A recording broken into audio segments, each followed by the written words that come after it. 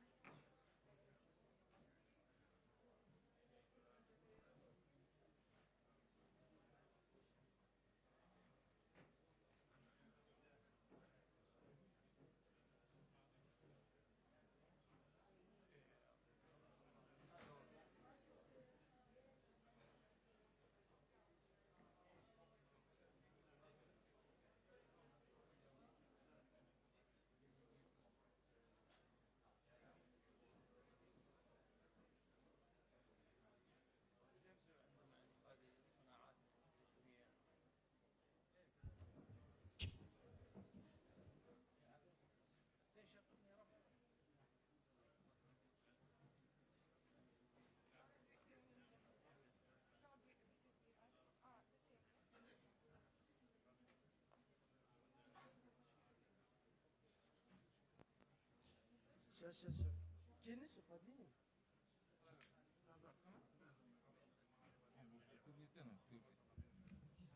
Все.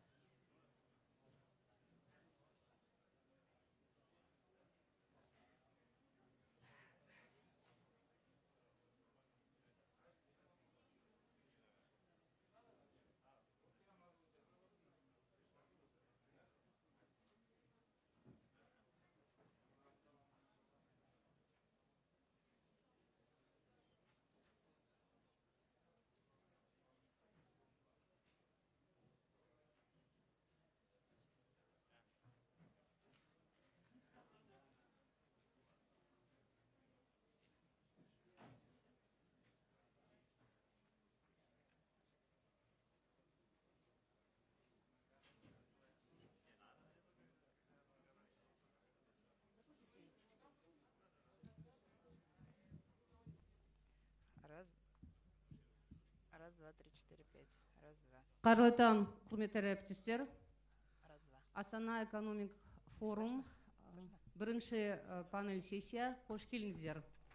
Distinguished ladies and gentlemen, welcome to Astana Economic Forum, to first panel session Smart Green Business Forum. Уважаемые дамы и господа, Позвольте вас поприветствовать от лица организаторов на первой сессии 7-го Астанинского экономического форума. Наша сессия посвящена рассмотрению вопросов продвижения зеленой экономики и зеленого бизнеса. В рамках сессии мы рассмотрим вопросы реализации программы «Партнер «Зеленый мост», инвестирования в зеленый бизнес и зеленую экономику, трансфер знаний для зеленой экономики и рассмотрим новые бизнес-решения для обеспечения чистой воды. Организаторами форума выступает Министерство окружающей среды и водных ресурсов Республики Казахстан, научно-образовательный центр «Зеленая академия», делегация Европейского Союза Республики Казахстан, программа ЮСАИД для Центральной Азии. Позвольте предоставить слово для приветствия министру окружающей среды и водных ресурсов Республики Казахстан Нурлану Жамбуловичу Капарову. Нурлан Капаров.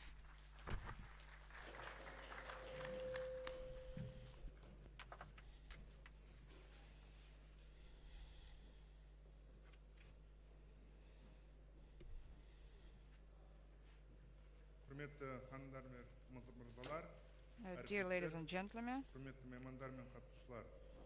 7-ші Астана экономикалық форумның шеңберінде өткізіліп отырған Smart Green Business Forum панельдік сессияға қош келдіңіз. Dear ladies and gentlemen, dear participants and guests, on behalf of the Ministry of Environment and Water Resources, we would like to welcome all of you at the Smart Green and Business Forum within the Astana Economic Forum framework. Уважаемые дамы и господа, коллеги, добро пожаловать на гостеприимную казахскую землю, в нашу столицу, город Астана. Мы готовы создать все условия для успешной и плодотворной работы. От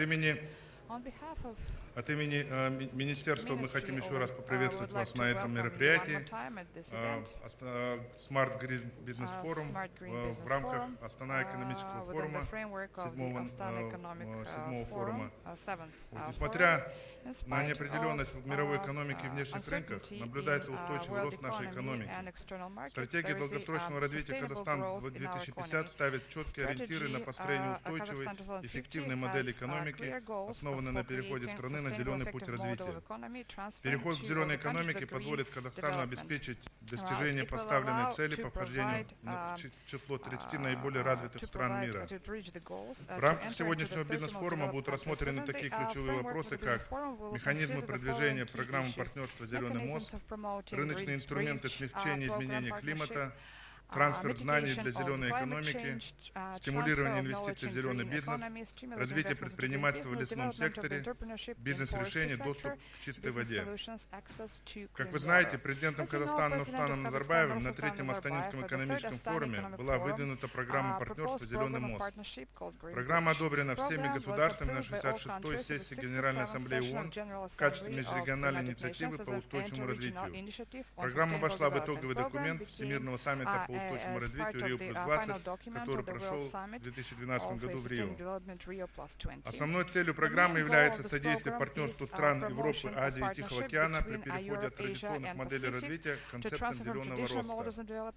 Посредством развития международного сотрудничества, передачи технологий, обмена знаниями и финансовой поддержки, в середине 21 века страны-участницы программы смогут достичь оптимального уровня потребления энергетических и иных природных ресурсов. На данный момент хартию о присоединении к программе партнерства «Зеленый мост» подписали 10 стран: Казахстан, Россия, Кыргызстан, Грузия, Германия, Монголия, Беларусь, Черногория, Латвийская республика и Финляндия. И также 4 страны еще дали согласие на подписание этого документа. Программа преследует 3 основные цели.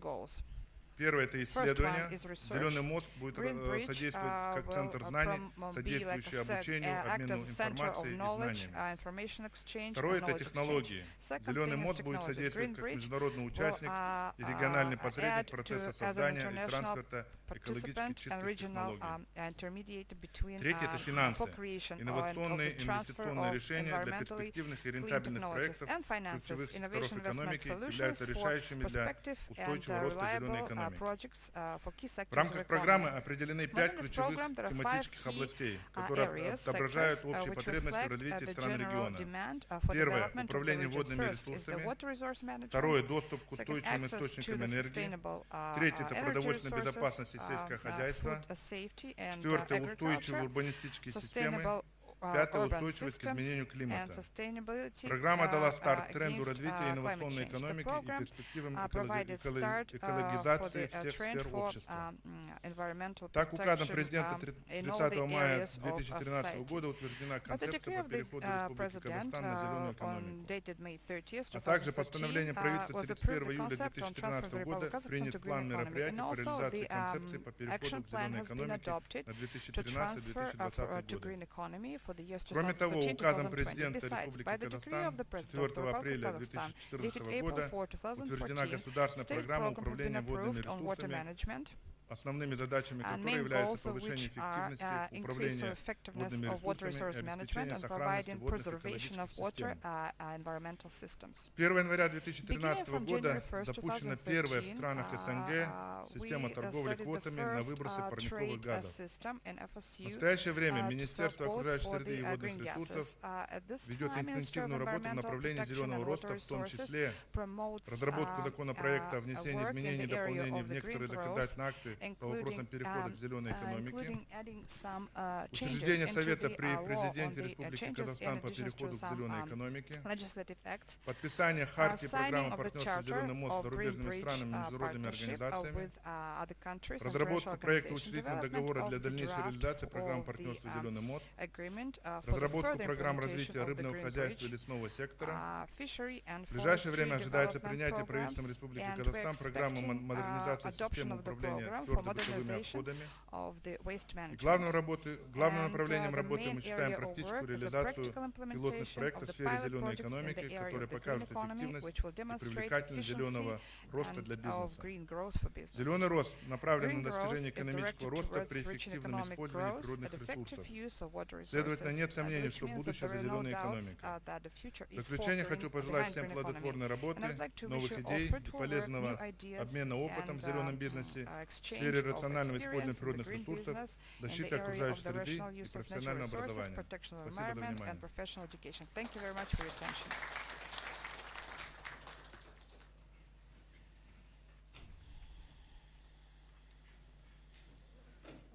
Благодарим Нурлана Джамбуловича за приветствие, за поддержку организации этой сессии и за продвижение концепции зеленой экономики и программы партнеров «Зеленый мост» в Казахстане.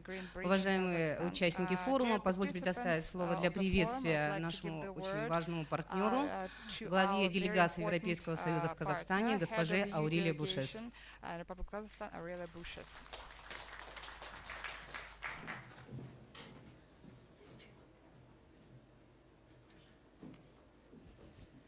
Good morning, and let me say how happy I am to be part another year of the Astana Economic Forum, and particularly to be part of this important event, Smart Green Business Forum. At least three important words: smart, green and business, and the three go very well together. Green economy, green technologies, innovation, business, jobs. All those words are mutually supportive. I would like to share a few remarks with you in this context. After having thanked the organizers and underlined the excellent cooperation we have between the EU and Kazakhstan in many walks of life, many issues, but in particular on green economy and environment and also investment issues. Let me say a few words on the importance of SMEs in the economy of the European Union. As you know, having a decent job is widely recognized as the best way towards wealth and high life standards. And in most of the countries, private sector provides substantial percentage of jobs. In the EU, more than 99% of all European businesses are, in fact, small and medium enterprises, SMEs. And by SMEs, we mean companies with less than 250 employees. They are really the driver for growth and the driver for employment. SMEs in Europe provide 2 out of 3 of the private sector jobs, 2 out of 3, and contribute to more than half of the total value added created by businesses in the EU. SMEs are also the true backbone of the European economy, and they play a key role in innovation, because innovation is first launched, conceived, launched, and implemented by SMEs. In this context, the European Commission has adopted last week a new communication. You can have access to it on our website, called A Stronger Role of the Private Sector in achieving inclusive and sustainable growth in developing countries. In brief, in this communication, the European Commission proposed concrete actions to establish better regulatory environment, to improve access to finance, to promote business development, especially those measures to facilitate job creating, micro, small and medium-sized businesses creation. The focus is SMEs. And they identify promising areas for such SMEs in the field of sustainable energy and sustainable agriculture. Of course, in parallel, the EU and EU member states invest significantly in research and development. And in this regard, the biggest EU program has been launched in the field of research and innovation last year. It's called Horizon 2020. It's a huge program which addresses both research and innovation. It calls on 18 priorities, and among those priorities there is environment, renewables, and future energy. I will give you one example only on this. The Eco-Innovation Initiative. It is a small initiative, 200 million euros, that they have been earmarked in order to produce with a small amount of money, significant savings in water, waste, greenhouse gas emission. And many achievements have been realized. In particular, each project of this initiative generated 9 additional jobs. Each euro of the Eco-Innovation Initiative yielded a leverage factor of 10 euro in revenues. As you know, the new Horizon 2020 program, which is beginning this year, will contain such initiative and many others, and we know how countries which are dynamic and oriented towards green economy, research, innovation, such as Kazakhstan. Countries such as Kazakhstan will certainly make the most of this program and be able to buy in a very powerful manner. Let me move now to the situation of SMEs in Kazakhstan. First, we are very impressed by the priority which has been given to the support to the development of SMEs in Kazakhstan by the governmental programs. They are identified quite rightly as a key driver for sustainable and inclusive growth in Kazakhstan. And indeed, the link between SMEs and innovation, thanks in particular to green economy, to the development of green technologies, is very promising. As we know, 2.4 million people are currently working for small and medium enterprises in Kazakhstan. Ambitious goals have been set in the programs presented by the government, which is to increase the share of SMEs from 20% to 50% by 2050. And in parallel, Kazakhstan is developing developing a comprehensive agenda to transit towards a fully green economy in 2050. The EU has been, of course, from the start very supportive of these goals set by Kazakhstan through grant funding. We have been supporting regulatory reforms, private sector development, regional development, and also awareness. And it is, if I may say, only the beginning, since we are to launch this year an important project in close cooperation with the Ministry of Environment and Water Resources, and in partnership with the OECD, UNES and UNDP, all united for a green economy. Let me conclude by saying that these programs of grants and of projects is complemented also by our efforts to attract support to investment. In particular, the EU is supporting attraction of investment from the international financial institutions. In 2013, last year, the European Investment Bank has launched its activity in Kazakhstan. The first loans in the region were signed in Kazakhstan. 3 loans were approved of a total of 370 million euros for SMEs and mid-caps, which will be channeled through the local banks. And these loans primarily target green, small and medium-sized projects such as renewable energy, energy efficiency, agriculture, climate change adaptation, water and waste management.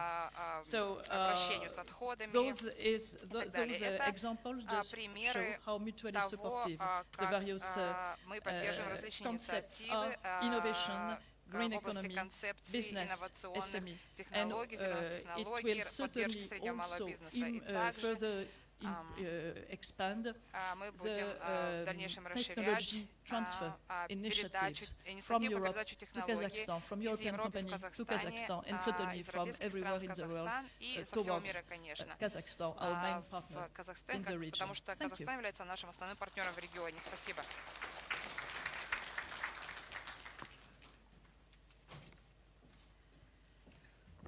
Благодарим Аурелию Буше за приветствие. И следующее приветствие мы хотим предоставить специальному региональному советнику программы ЮНЕП, госпоже Нара Лувсан, которая специально приехала из Йоханнесбурга, и передать приветствие от Акима Штайнера. Пожалуйста, Нара.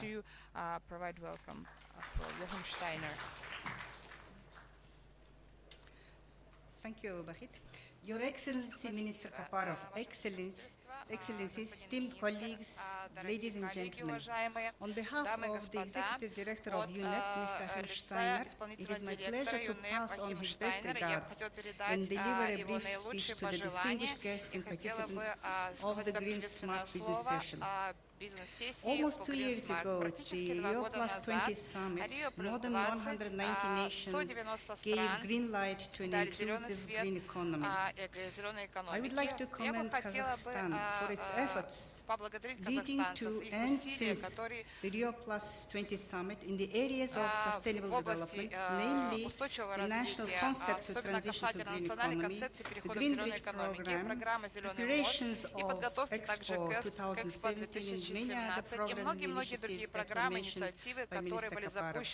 In this regard, we at UNEP are very impressed and fully recognize the lead role that has been played by the Ministry of Environment under the able leadership of Mr. Kaparov. So special thanks to you from our Executive Director, Mr. Steiner. As many of you may know, UNEP's Global Environment Outlook, the so-called GEO-FLAG publication, assesses the current state and trends of the global environment in which population growth, economic development, urbanization and globalization are driving degradation across numerous environmental indicators. The news was not surprising. Out of 90 environmental goals and objectives assessed, significant progress could be shown only for были 4 of them. оценены, и только по 4 Materials are замечен increasingly produced in значительный one рост. region, used in Материалы another, and производятся в одном managed as waste регионе, in a они third. используются Serious в другом и inequities управляются как remain in отходы в meeting другом. global demand Серьезный, for access to energy. серьезный Global недостаток water withdrawals have энергии. tripled over the last Также 50 years глобальное to meet agricultural, изъятие industrial, воды and domestic увеличилось needs. в 3 раза за There последние is a 50 лет. projected increase in land requirements for urban Прогнозируемое uses by увеличение 100 требования to земли 200 million для hectares over the next 40 years. There was a для городских 230% нужд на rise in the number 100-200 of миллионов floods гектар. and И 38% in drought 230% disasters between увеличились, the 80s and 2000s. увеличились This is the количество world we live in today. потопов. These trends will и так далее. Эти inevitably impact and тенденции influence markets, серьезно trigger влияют на technological развитие innovation and рынков, change, на and stimulate инновационное regulatory and развитие и будут policy стимулировать developments at изменения в national as well области as international политики levels. на национальном и международном уровне. So what does this all mean Что for это business? означает для бизнеса? Global environmental trends are creating new Глобальные risks, but at the same экологические time creating new тенденции opportunities создают for business in every industry. возможности также для There are great каждого сектора, opportunities for companies that для understand компаний, these которые implications понимают о and последствиях. account for them И in their planning and когда business они strategies that will разрабатывают put свои them at a competitive бизнес-стратегии advantage. и ставят их Conversely, в преимущественное however, положение. С companies другой that стороны, fail to есть understand the changes компании, которые or не видят act эти too изменения slowly или will слишком put медленно value реагируют, at risk. и они находятся в зоне Many риска из-за countries этого. are Многие setting страны, standards они now for устанавливают public procurement стандарты that are на linked to госзакупки, sustainability которые throughout the связаны entire с устойчивым value chain. развитием по всей Resource цепочке. scarcity and environmental degradation are becoming a stimulus for То есть innovation. экологические From investment вопросы in становятся renewables to стимулом intelligent для infrastructure инноваций, to new влияют на closed-loop разработку business новой models, инфраструктуры, leading companies are пересматривают свои securing business бизнес-модели, advantage обеспечение through innovative безопасности и research and преимуществ development and the бизнесе через deployment of инновационное technologies ranging развитие from и cloud computing to реализация analytics. As реализацию mentioned by различных программ. Ambassador Boucher, Как eco-innovation господин is the Буше development сказала, and application of a business что model применение that бизнес-моделей, incorporates которые sustainability связаны с устойчивым throughout business развитием operations через based on все life действия в cycle области thinking бизнеса, через and весь in цикл cooperation with жизненный partners бизнеса across the и value при chain. сотрудничестве It с партнерами entails a по всей coordinated цепочке. set of Оно modifications or обеспечивает novel solutions определенные to products, модификации, processes, изменения market во все approach and процессы, organizational подходы, structure, which leads to рыночные a подходы, company's которые приводят enhanced к performance компаниям, and которых competitiveness. I just would like to могут mention на one рынке example. Many of you may know the обеспечить company себе Ecover. They specialize in позицию. Они ecological специализируются в household and экологических, professional cleaning products. профессиональных They have managed создании to профессиональных grow their продуктов. cleaning Они products market by смогли 21% between на 2007 21% and увеличить 2011. As производство you know, чистящих средств, 2008-2009 were допустим. worldwide economic and И financial crisis time, and во nonetheless время they managed кризиса to и grow. даже смогли So, поддержать ladies and свой рост. gentlemen, Дамы и around the господа, world, we по are всему seeing a миру мы multiplicity видим of approaches and различные pathways to подходы design и and пути, build как greener разработать и economies. создать To support зеленую such экономику. efforts, we need to Для remove того, чтобы поддерживать policy, такие усилия, мы market, and должны financial barriers, as well удалять as to барьеры и enable политики, poor and которые vulnerable препятствуют groups к to этому. participate in, contribute Участвовать to, и and benefit from вкладывать this transition. и For a credible and systematic transformation to take для того, place, чтобы supportive трансформация эта policies, произошла, institutional and governance необходима reforms, and разработка targeted политик, investments at the local, целей national, and национальных global levels и need to на be put in глобальном place уровне. and scaled up as part of national И development как planning часть based on national планирования на priorities. национальном уровне должны быть поставлены I'd like to приоритеты. mention here the Я бы хотела здесь first сказать, ever что UN первая Environment Assembly that will take place in ассамблея Nairobi this June экологическая, которая as в the июне highest level состоится, global platform она будет for самой policy высоким making, feeding платформой directly для into the UN разработки General политик Assembly. в этой With области. a focus on the sustainable development Фокус goals будет and the сделан на post-2015 устойчивое development развитие agenda, including и sustainable production разработку and программ, consumption. включая I would устойчивую like to invite you to разработку engage продуктов. with И я бы UNEA хотела and бы, use this чтобы вы platform to further action on the green economy. Once again, I would like to thank the organizers of this forum, in particular the Ministry of Environment and the Green Academy, for hosting this important event at this crucial moment in time. Thank you very much. Спасибо большое.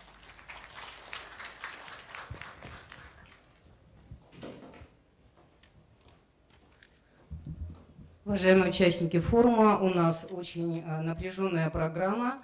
Мы должны послушать порядка 8 докладов, поэтому я еще раз обращаюсь к докладчикам, соблюдать регламент 10 минут. По окончании сессии мы примем рекомендации. Проект рекомендаций роздан, и также мы ожидаем подписания меморандумов о сотрудничестве. Уважаемые участники форума, в работе нашей сессии принимает участие министр окружающей среды Арабских Эмиратов господин Рашид Ахмед бен Фахд. Давайте его поприветствуем. А также всех представителей государственных органов, глав дипломатических миссий, аккредитованных в Казахстане, руководителей исследовательских организаций, бизнес-сектора НПО, которые сегодня принимают участие в работе форума.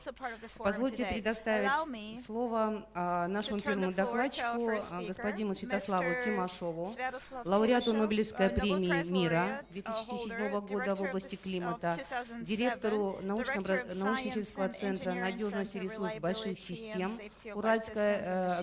Уральское отделение Российской академии наук, члену Российской академии проблем качества Вашингтонской академии наук, заслуженному деятелю наук Республики Федерации. Пожалуйста, Святослав Тимошов.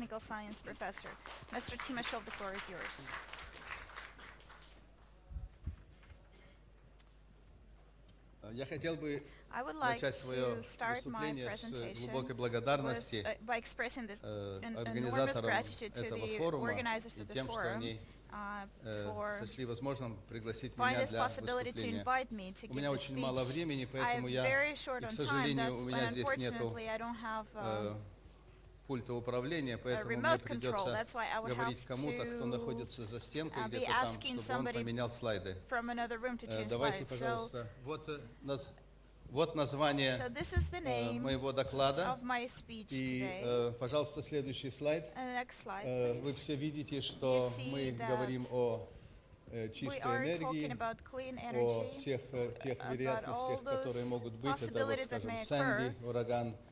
Вот на Филиппинах, вот снизу президент Кирибати просит мировое сообщество подумать, выделить ему землю, когда зальет его остров, ну и так далее. Следующий кадр. Надо сказать, что эта тема стала остро трепещущей с 2007 года, когда в один год очень много чего было. Вот тут написано, видно, что. Я бы хотел сказать, что это стало предметом обсуждения в Организации Объединенных Наций. И вот хотел бы подчеркнуть, что первым государством, который в этот же год заявил, первое государство, которое заявило о том, что этим надо заниматься, было Казахстан, когда представитель Казахстана Айтимова изложила идею президента Нурсултана Назарбаева о разработке национальных планов действий. Потом появилось значит, вот выступление Пан Ги Муна, и, наконец, в октябре вице-президент США Гор вместе с IPCC, в команде, в которую я и входил, мы получили Нобелевскую премию мира. Следующий кадр, пожалуйста. Следующий кадр. Если говорить коротко, то особенности изменения климата таковы. Во-первых, они носят общемировой характер, темпы изменений ускоряются и приобретают аномально сильный характер иногда. Затем возрастают, естественно, риски этих изменений на различные формы хозяйственной деятельности. Они, в свою очередь, усиливают уязвимость экономики.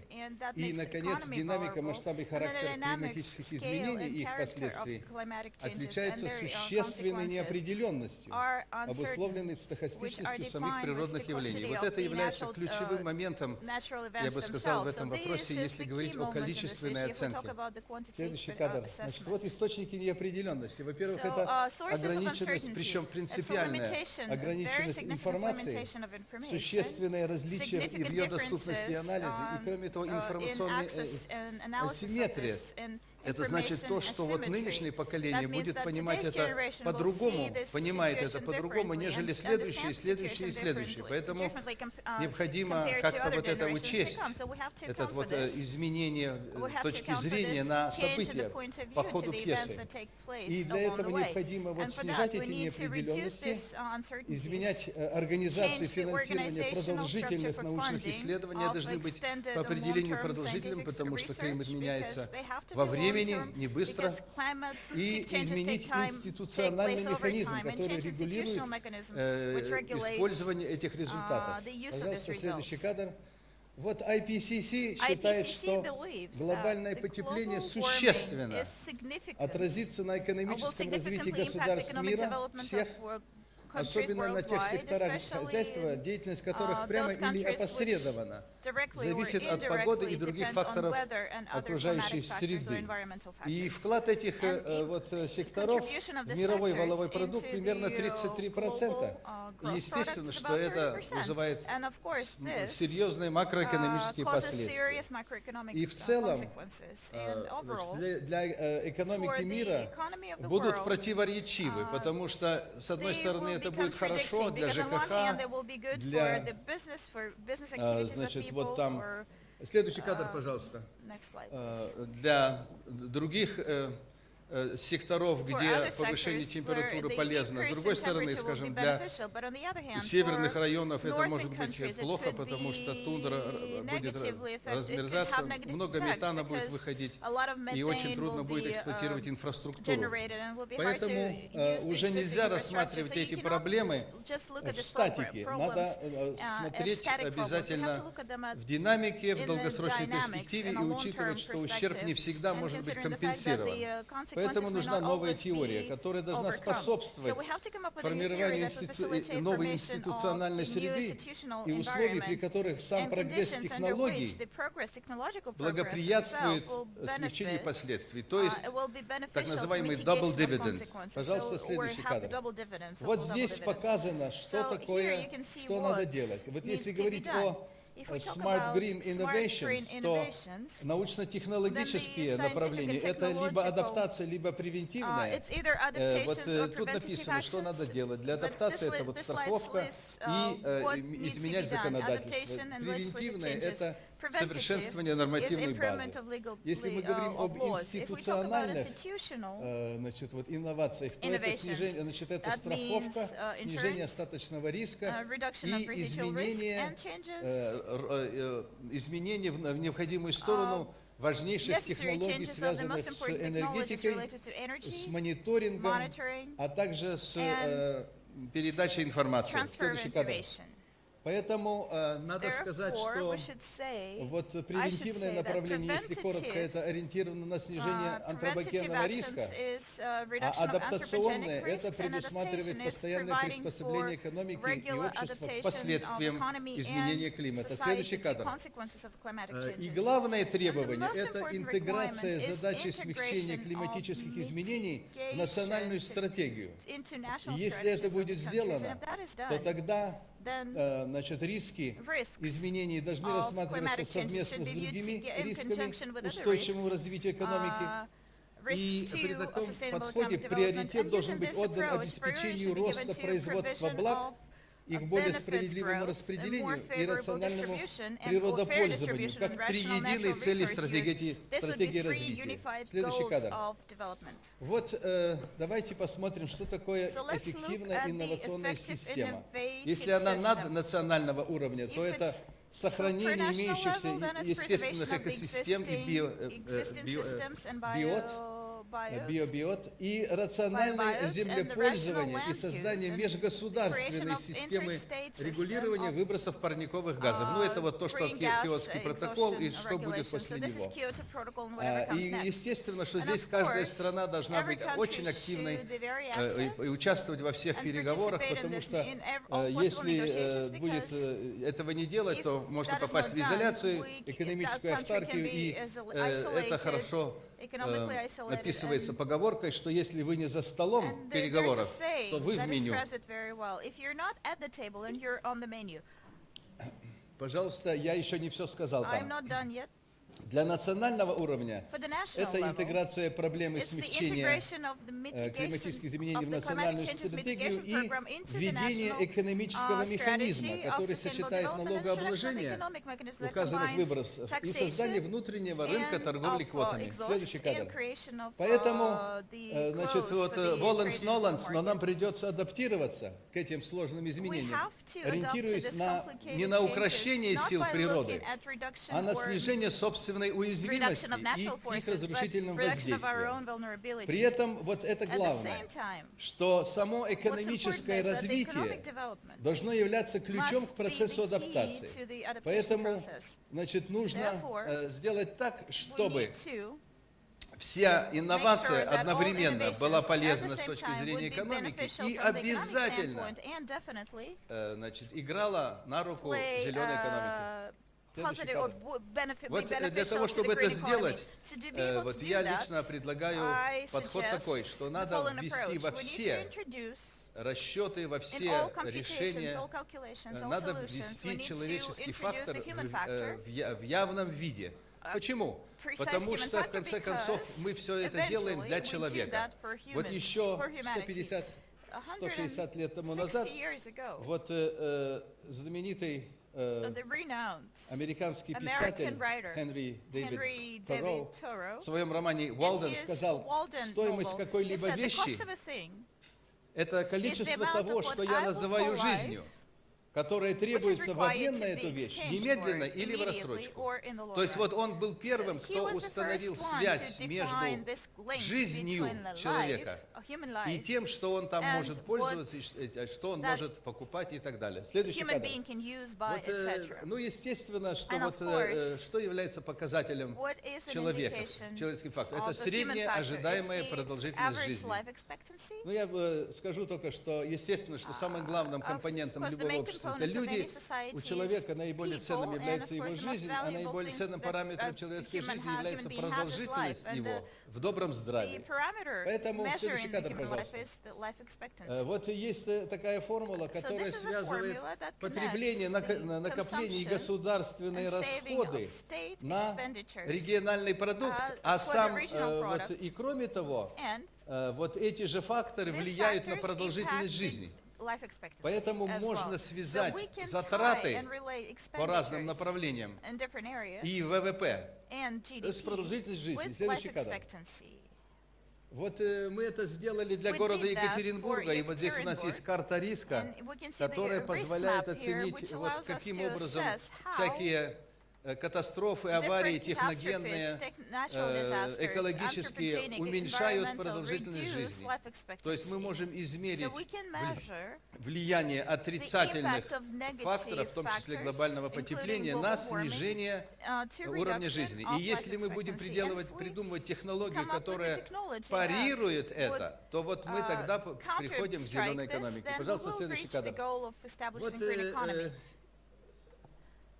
Вот, тут я хочу сказать, что надо учитывать вот эту неопределенность, которая присуща органически всем этим проблемам, и поэтому нужно в то же время, хотя это сложнейшая задача, тем не менее нужно создавать практические методики, методологии, подходы, которые бы были инструментарием для поддержки стратегических управляющих решений для лиц, принимающих решения национального и наднационального уровня. То есть, чтобы еще до начала принятия решения было понятно при проработке сценариев, что можно ожидать при том или ином решении. Пожалуйста, следующий кадр.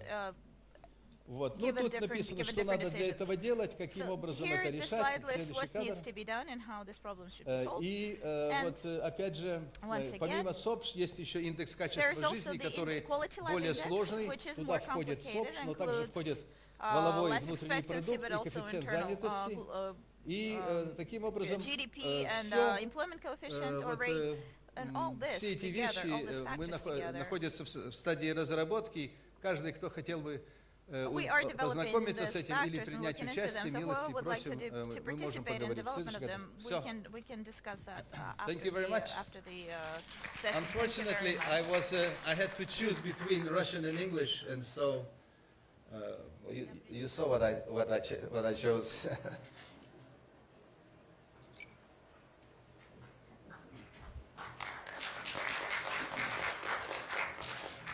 Благодарю Святослава Анатольевича. Я бы хотела предоставить следующее слово господину Майклу Трубладу, директору отдела экономического развития USAID в Центральной Азии. Это также один из организаторов нашей панельной сессии. Please, Michael.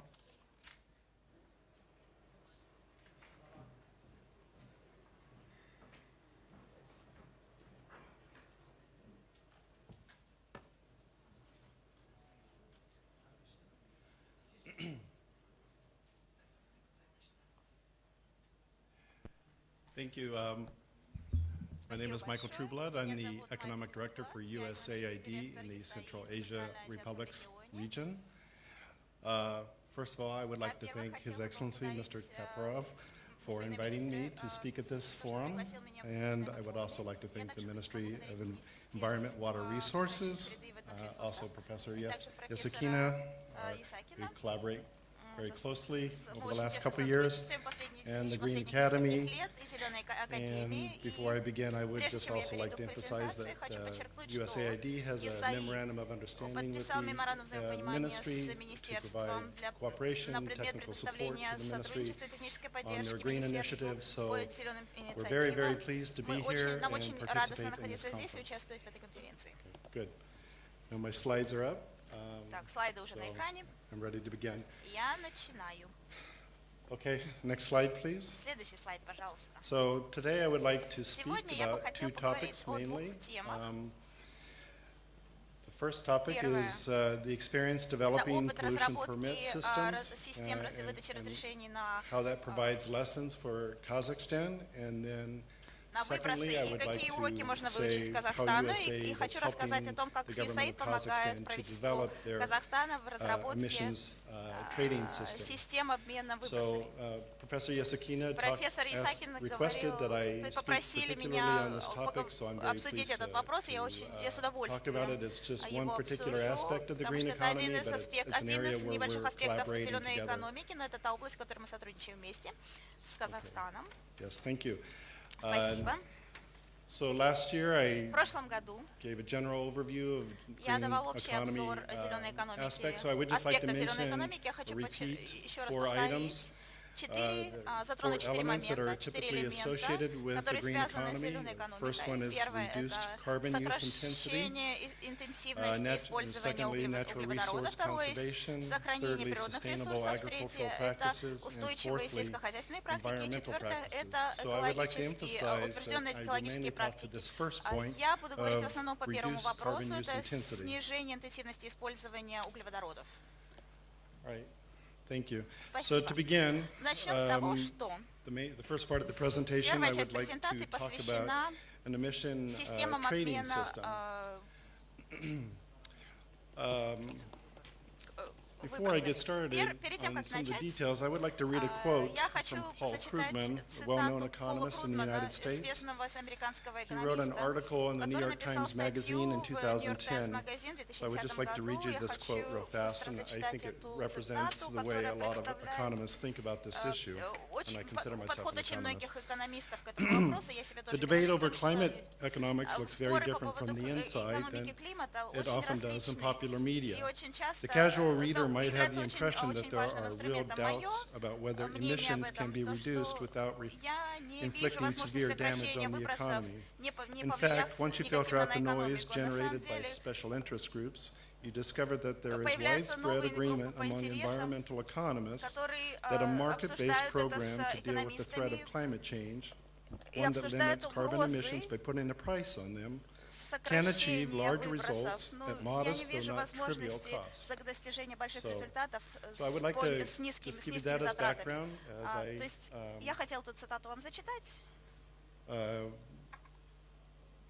I make my presentation. Could you please go back? Yes. Yes. So first of all, I just want to, for people that are not familiar with market-based systems or the emission trading system or ETS, I'd like to explain what are the main ideas or concepts behind it. So compared to the old days, let's say 3 decades or 4 decades ago, where the governments would implement strong standards, This is a very different внедрялись approach. жесткие стандарты. It's based Этот upon market подход очень incentives. отличается. And what the Основан government does is set на pollution мотивациях targets, both рыночных. national level То and есть в данном случае regional level. правительство And then рассматривает firms загрязнение are на initially национальном и региональном allocated уровне, потом permits or allow выдают разрешения pollution or на allowances, выбросы, and квоты these на выбросы, allowances и are not эти to be квоты на exceeded, so they're a выбросы cap. That's where the невозможно expression cap превышать. of trade comes from. So То есть cap is the их можно limit. превышать, то есть And есть then if a определенный firm лимит. wishes to exceed the cap, it И must если purchase or компания trade хочет превысить buy этот permits from other лимит, companies то that тогда are она more может efficient. So купить часть in general, it разрешения tends to другой компании. encourage investment in new Таким образом, technology and то overall есть reductions такие меры in способствуют внедрению, pollution. вложению в новой экономике, сокращению Generally, when the programs are set up, the government set targets that загрязнения are окружающей gradually среды. lowered, И and таким образом I will в show you how целом that has worked in компании the United снижают States. свои выбросы. Я покажу, как это работает в Okay, США. now next slide. Следующий слайд.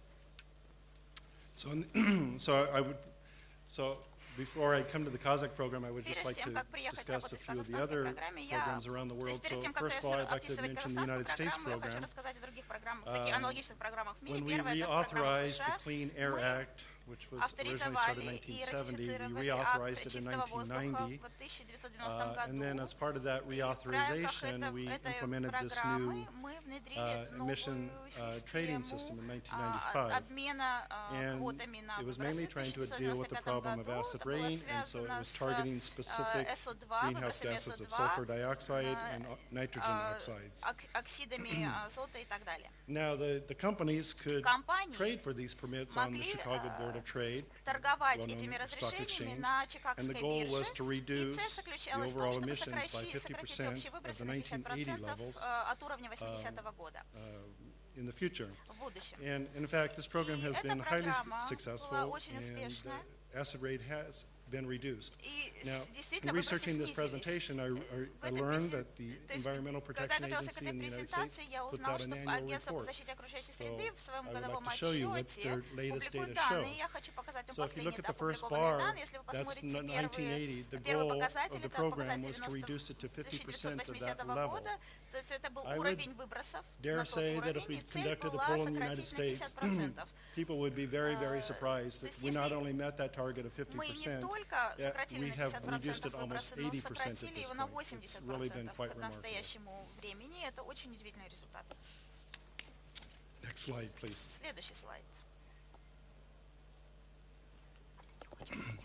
Next, I would like to В mention the следующем слайде я European бы Union хотела system. упомянуть систему Европейского Союза.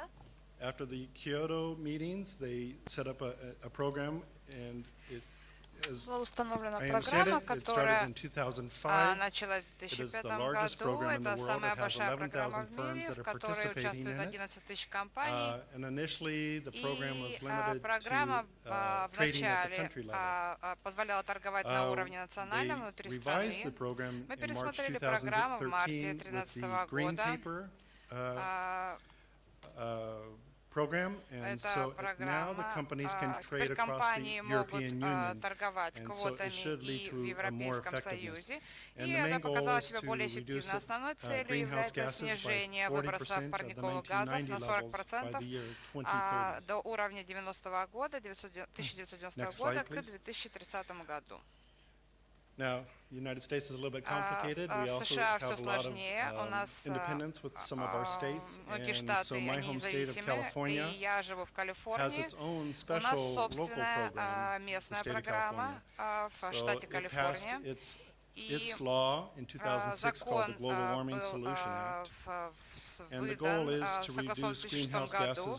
gases Цель была снизить выбросы to the 1990 парниковых level by газов до 2020. уровня And 1990 I would года say к 2020 году. it took a few years И of я бы debate хотела сказать, of how to дискутировали design these несколько programs. лет, So как разработать эту the программу. program И really программа has just started in the year 2013. началась в 2013 году. But so far, the allowances Но or permits have been sold in 5 different разрешения продавались auctions. на 5 различных аукционах, January продаются. 2014, А в январе the program has been 2014 года linked with the программа Quebec была ETS, завязана and so с that there's квебекской greater программой flexibility and торговли квотами на opportunities to выбросы, have и greater что cost добавило effectiveness. и нам эффективности Their экономической goal и is гибкости. by Цель 2015 в 2015 that году the pollution system will 2015 cover году 85% of all greenhouse gases. То есть система наша закроет около 85% So всех finally, I would like выбросов to парниковых mention газов.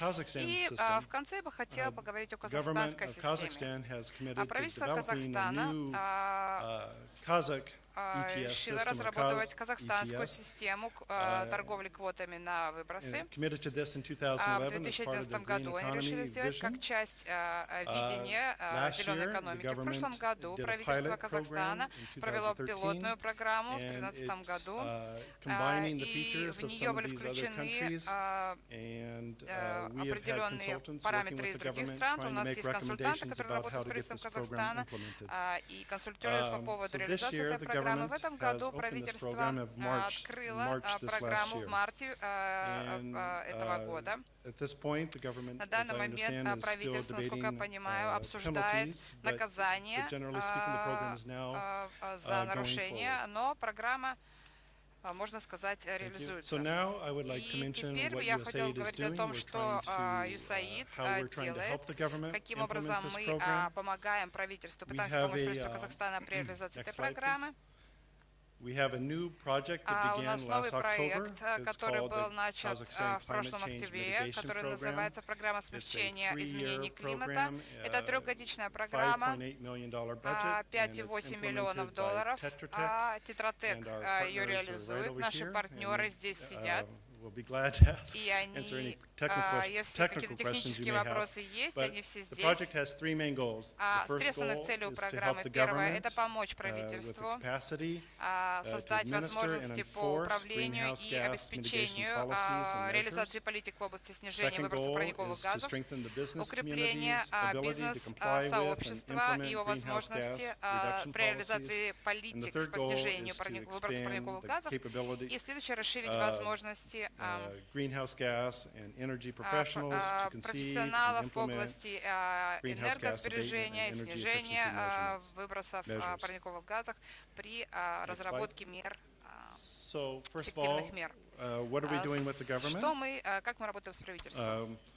In broad strokes, we're trying to strengthen the capability. Мы попытаемся помочь улучшить возможности, Okay.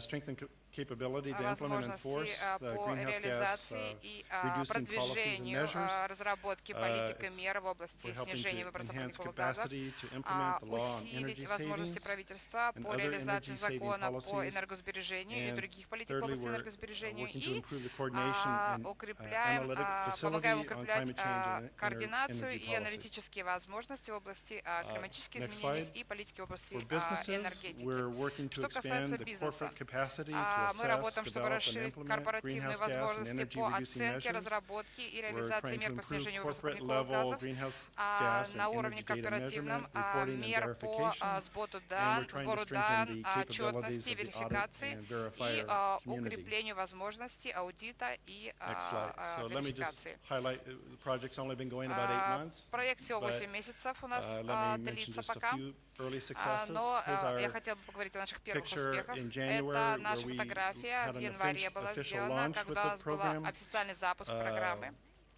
With the environmental ministry. Министерство окружающей среды. So far we have made recommendations to changes with the ecological code разработали рекомендации for the design of the ETS design management and operation. Касательно разработки и реализации. Также проводится работа для персонала безответственного производства и помогли разработать приоритетные меры по увеличению, улучшению эффективности, энергоэффективности в Казахстане. Что касается бизнес-сектора, мы также обучаем компании по расчетам выбросов парниковых газов, анализируем систему управления выбросов парниковых газов, которые используются компаниями в Казахстане. Также мы оценили возможности компаний для того, чтобы предоставлять аккредитированным аудиторам в области энергетики их работе с правительством And и finally, компаниями. yes, I just want to mention В just конце я more хотел generally what сказать USAID is общими doing in словами, что Kazakhstan. делает USAID в We Казахстане. have a Мы, program. у I нас see есть my colleague over программа, here from вот здесь UNDP. коллега We're working closely with работает UNDP с also UNDP, on мы вместе climate change related работаем по activities поводу for the agricultural различных sector, вопросов, trying to come связанных up с with изменением климата, resilient wheat касательно seed сельского varieties хозяйства, and production techniques to help the government address climate change for the agricultural касательно sector. вопросов We're also окружающей involved среды, in то other есть изменения activities климата в related to области entrepreneur связанных с сельским training, хозяйством. economic governance, Также and помогаем в области overall governance обучения rule of law. предпринимателей и Thank you так very далее. much. Спасибо большое за ваше внимание.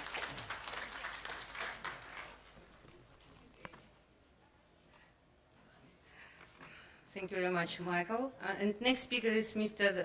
Nigel Jolans, Manager on Energy and Climate Change, EBRD. Mr. Jolans, please, 10 minutes.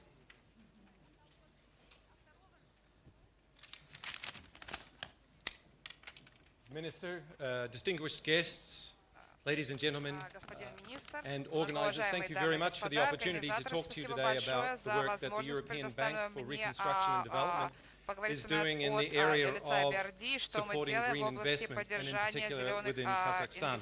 I want to start off with a personal story about when I started in this work 25 years ago. I used to go along to parties with my wife, who was a journalist, on television, very famous in my country where I was from.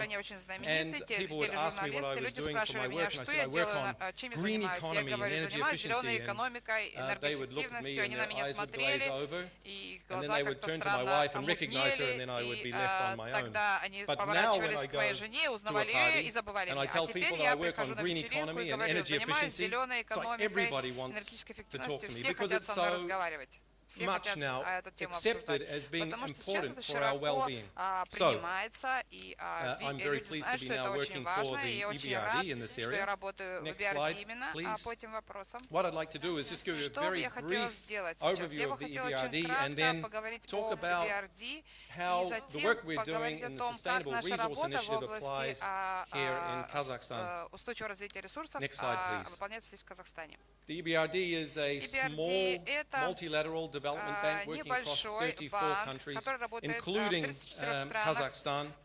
We are owned by 64 countries and have a capital base of 30 billion euros. Relatively small in the multilateral development bank. Next slide, please. You can see we invest across everything from Eastern Europe all the way across to Central Asia and also now in some North African countries. Next slide, please. Kazakhstan shares the same kind of environmental challenges that most countries in the world face. Kazakhstan has a very carbon-intensive economy, one of the most carbon-intensive economies in the world, but still every country has to face this issue. Next. Kazakhstan is also facing challenges with respect to water scarcity. And you can see here the red showing areas of water stress in the world. Now, next slide, please. The government of Kazakhstan is taking these challenges very seriously, and through the green economy agenda is reconfiguring its entire economy to try and address and avoid some of the pressing long-term concerns over the environment. So the EBRD is very supportive and acknowledges the leadership that Kazakhstan is taking in the green economy agenda. You can see here the list of the concept paper on green economy and the green economy law, covering the 7 areas listed in the concept. The Green Bridge has already been mentioned. And you can see, next slide please, that through the work of the government, the EBRD is supporting these through policy dialogue, activities in our support of the green economy legislation, renewable energy legislation, and through finance and investments. Now, I want now to turn to Сейчас what I я бы think are some хотел of the world's поговорить greatest living philosophers. Next о slide, please. замечательных, скажем, Some of you настоящих may философиях, be familiar with a существует в мире. band called the Некоторые из Rolling вас Stones. знают человека, They то есть знают компанию, had many hits, группу and Rolling one of which Stones, was и у них много in хитов 1964 музыкальных, и в a song 1964 called Money. году It была was a cover, and песня it said, Money. Money ain't И там everything говорилось, that's true, money but what это I не can't все, buy, I но can't что я use. могу, So что I я не могу think купить, я what могу they're этим trying to say is воспользоваться. money is not И everything, деньги but это не it все, sure is important. но они And важны, hence, иными the словами. important role for То banks есть, and по investments. крайней Next мере, slide, для please. инвестиций банков деньги имеют So, особое значение. the EBRD as a bank has a sustainable resource initiative that combines запустил three инициативу important устойчивых areas and ресурсов, elements которая of the закрывает green три economy: важных элемента зеленой sustainable экономики energy, и water устойчивая efficiency, and materials efficiency энергия, or waste management. эффективность материалов и Next slide, эффективное please. управление водными ресурсами. And the way that we take И the каким overall structure образом of the Sustainable мы Resource Initiative and apply it to our строим investment operations структуру is этой not just инициативы, как мы применяем ее к focusing проектам, это on не просто концентрация на bankers and having bankers deal with банкирах, these чтобы issues, but банкиры we занимались этими combine вопросами. bankers, Мы so the соединяем projects and investments we combine банкиров, with technical, проекты engineering, с техническими people who are вопросами, qualified to инженерами, identify специалистами в water области and energy технологий, efficiency components of an касательно investment, as в well области as a водных strong ресурсов, policy dialogue component where we work энергетики. Мы alongside governments, продвигаем supporting them диалог in между the правительством и changes этими such as секторами, the green поддерживаем economy его, legislation. допустим, slide, как please. разработку или реализацию законодательства в The области SRI has a зеленого number of бизнеса. core operating У нас principles, есть определенные such as we принципы основные, которыми deploy the руководствуемся. proven Первое — EBRD использование business model that has led подтвержденных, to проверенных бизнес-моделей EBRD, которые significant привели к investments in the past through the bank, инвестициям в and прошлом we're банке, results-oriented, и результаты and были we try to ориентированы mainstream на this это. Мы Sustainable пытаемся Resource Initiative within the поддерживать banking вот эту institution. инициативу Next внутри slide, please. банковской Now, I'd like to focus on the банка. И energy затем component я of the хотела поговорить Sustainable по Resource Initiative, компоненту, because связанным that's с the one we've had энергией, most потому что это experience тот with to date. компонент, And с you can которым see мы here на данный момент имеем investment наибольший опыт. volumes Как вы in видите, здесь sustainable уровень energy инвестиций in в области Kazakhstan. устойчивого энергоразвития в Казахстане. In В 2013, we had a record 2013 year, году у нас рекордный был год, 170 million euros миллионов of евро investments here. The инвестиций majority of было the сделано. investments Основные, в основном in инвестиции the energy sector, направлены what we call на clean энергетический energy. сектор, на Next slide, чистую please. I'd like to give you энергию. Следующий a слайд. couple of examples Я of хочу дать вам investments, несколько and примеров then I will инвестиций, close. и The затем first one я is an завершу на example этом. of an Первый investment, — это инвестиции 28.6 million euros 28,6 in миллионов Kazakh евро railways. в You can проект see here, железной дороги. this was an investment where we invested in где мы retrofitting the lighting in rail stations. Relatively simple investment, это but look освещение at the на internal rate of железнодорожных return. станциях. Если вы очень простой More проект than на самом деле, но 15%. посмотрите, And it saved 15% about возврат, и 60,000 сохранили megawatt мы hours. That's roughly 16 тысяч half мегаватт the energy энергии. equivalent energy Это of about 500,000 homes. эквивалентно 1,5 миллиона Next домов slide, освещению. We also do Следующее. investments in district heating Инвестиции infrastructure. в Here's an example in теплообеспечение, investments тепловые in сети. Pavlovdar and Petrovsk, Павлодаре и where Петропавловске. 23 million 23 euros миллиона led to евро an investment that delivered инвестиций, almost 20% internal rate of return. 20% So these green рост оборот был. investments То есть are эти happening on the зеленые ground, and they're инвестиции, financially они profitable.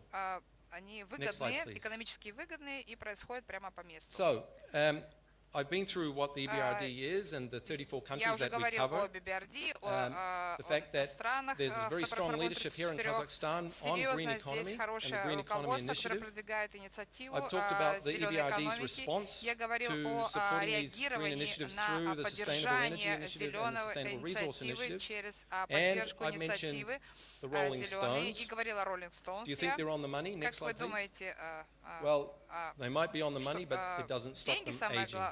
самые Thank you very главные much for деньги the нет, но attention. все Next равно slide, они please. стареют, хотя у них и деньги есть. Спасибо большое за внимание.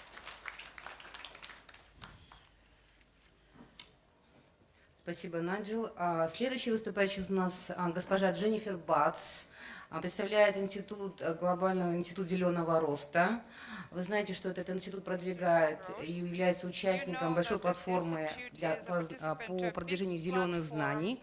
Поэтому мы хотим пригласить Дженнифер поделиться опытом. Please, Jennifer. Good morning, ladies and gentlemen, Minister Добрый Kaparov, день, дамы и and господа. Professor Yaskina. Very nice to be here with you. Я рада, что I вместе с вами здесь represent the могу быть. Global Я Green представляю Growth Institute, and in the interest of time, I will collapse some of my initial remarks. Так как я ограничена по The Global Green времени, я Growth сокращу Institute немного was just recently свое created, выступление. Он был although I недавно think the институт создан, contributions to date но speak вклад to на the данный momentum момент that green growth and green economy has зеленая экономика, зеленый initiated рост globally.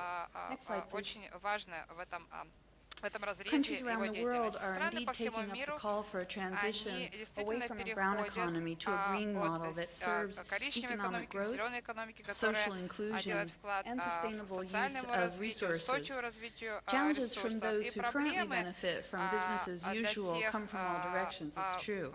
But приходится momentum всех is сторон. increasingly on Но the side сейчас of мы такой change, момент, primarily который driven by these продвигает four изменения, factors: который political продвигает четыре will, факта. need, Политическая воля, technology, необходимость, pricing, and технология accounting. и ценообразование и The need for greening our world финансовый has учет. largely been focused on negotiations framed by a zero sum. This is an assumption based on a trade-off between climate action on one side and development and growth on the other. But green growth is changing this debate. Green growth focuses on the challenges and the opportunities that advance not only the quantity of growth, but the quality of growth. Next slide, please. Next slide, please. We've heard several examples already this morning that the degree to which technology is a driver, generating both data as well as ideas and innovations. And innovation is key to any green growth strategy. Efficient and effective uptake of technological innovations demands strong government contributions in the form of policies that deploy low-carbon technology and to stimulate research. It also demands participation from the private sector. Some estimates are that $1 of public investment in green technologies is mobilizing up to $20 of investment from the private sector. Improvement in technology enables countries to decouple economic growth from the depletion of natural resources and contributes to job creations for now and into the future.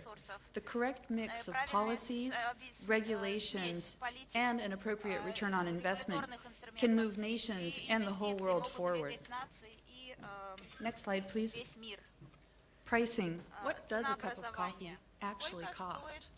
In many cases, natural resources are considered for their extractive value alone, and their indirect contribution to economic systems and human well-being are not reflected. Ecosystem services and biodiversity have largely been ignored or minimized in decision-making and processes in both public and private sector up to now. Need to be clear here on the definition. It's not that the resources themselves are externalities, but that our use gives rise to externalities, which are both positive and negative.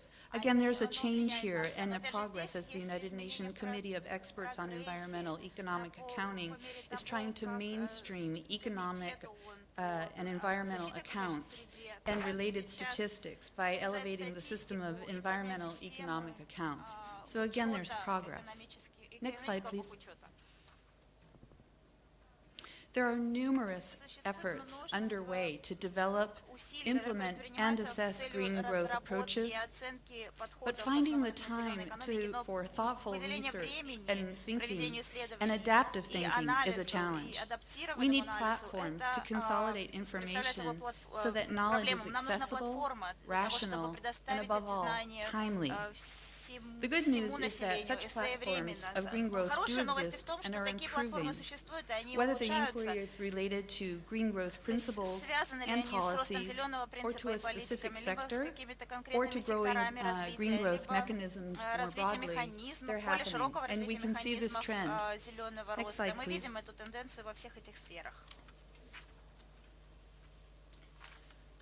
knowledge platforms and resources achieve a number of very important objectives.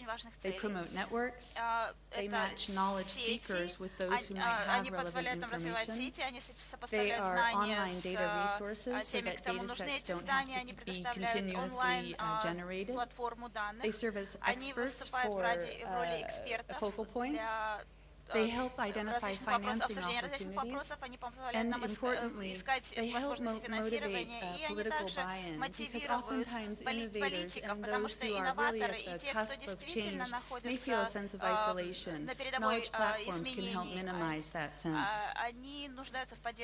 Next slide, please. The Green Growth Knowledge Platform is a relatively recently initiated platform, just from 2012.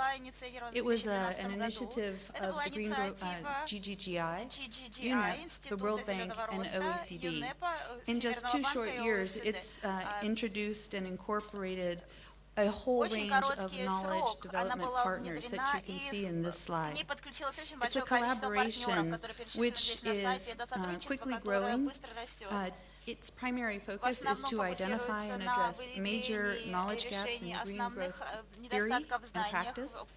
It encourages widespread collaboration and world-class research and offers practitioners and policymakers the policy guidance, good practice, tools, and data necessary to support the transition to a green economy. Its secretary was recently founded just this past January in Geneva. In addition, that complements the robust online platform where research and analysis can be found on 11 different sectors, as well as systems research related to trade, competitiveness, metrics and indicators, technology and innovations, and fiscal instruments. Next slide, please. The green growth best practices, actually Nara just mentioned it recently in her talk, will be presented in June 2014 in Nairobi. It is again a compilation of real-world case studies funded by the European Climate Foundation, the Climate Development Fund, Knowledge Fund, and GGGI. This is intended to be a living handbook for those policymakers and practitioners who are actually trying to shift the gears and mechanisms towards green growth. Just a few of the key lessons that have been identified to date from the green growth best practices include employing well-designed planning and coordination, and emphasis here on coordination, establishing clear visions, targets, and baselines, which is why the indicators aspect is so increasingly important, prioritizing options, and constructing credible pathways towards formulating targets. And this also involves making sure that expectations are clear and realistic, so that expectations aren't overinflated. Next slide. Oh, go back one slide, please. Thank you. GGGI itself was established as a knowledge platform and was created to play an important role in the process of structural change. We've recently had a leadership change. Ivo de Boer, who many of you may have remembered from the UNFCCC negotiations, has recently taken up leadership role. GGGI is implementing programming in 34 programs in 18 countries currently, and the lessons and best practices that are emerging from our experience can be found on the platforms that I just noted. Next slide. Of course, global platforms serve a very broad audience. National and regional platforms are also important as they serve the specificities of each region in particular. Currently, there are more than 300 and counting green growth initiatives worldwide. 60 countries to date have declared publicly to strengthen their efforts to pursue green growth strategies, which includes submitting green growth agendas into the national policy. At the regional level, of course, we have Kazakhstan's leadership in the Green Bridge Initiative. We also have Canary, which represents the Caribbean Basin, and other initiatives And indeed, worldwide, there are a number of knowledge platforms that are collecting and sharing out data and information, including South-South knowledge, as in many cases, it's southern countries that have both the greatest need to innovate in order to achieve the goals based on the limited resource sets that they have. Next slide, please. Finally, I leave you with this picture that was just recently taken from the moon last February, just to remind us that we really are quite a small and contained planet. The hard science battle to acknowledge the impact of climate change has largely been won. Increasingly, engineers and scientists are developing mechanisms and models that can promote mitigation and adaptation to change the current trends. The soft sciences, the frameworks, the regulatory systems, and governance are testing myriad options and beginning to identify efficient and effective practices. But what works in one context may not necessarily be the optimal approach elsewhere. Building dynamic systems of knowledge management, both online and direct, such as this one today and in the coming days for the Astana Economic Forum, will accelerate awareness, understanding, and uptake of technology, governance innovations, and support the transition to green economies globally to sustain our blue planet. I want to thank you for your time and especially for the invitation. Thank you very much.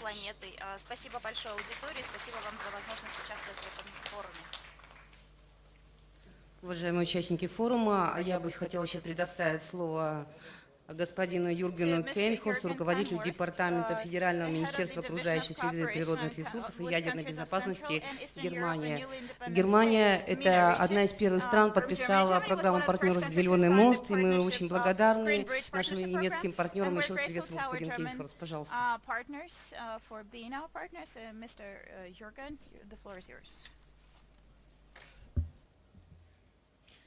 Minister, Excellencies, ladies and gentlemen, first I would like to thank the government of Kazakhstan and especially Minister Kaparov for their initiative and strong leadership in the field of green economy. We have a very close cooperation from our German government with Kazakhstan, especially in this area, and we appreciate this leadership of Kazakhstan, not only here in the region, but worldwide via this Green Bridge initiative. Very much. I would like to make some connotations this morning why it is important and what is the role of the government to make environment a business case. And we have already heard in some statements about the externalities and why environment is not good as others. And next slide, please. And therefore, I would like to shortly start with the reasons why it is a task of the state. First, we are faced by market failure and missing price signals in this area. So we have external environmental costs, which cause the wasting of resources, and we have negative impacts on environment and health. Therefore, early action pays off. So, as a consequence, we can reduce the costs of the health systems, the reduced costs for consumers of the resources, and in the future, higher gains for producers of commodities. To give just some examples, what are new business opportunities? First, we have alternative energy generation technologies.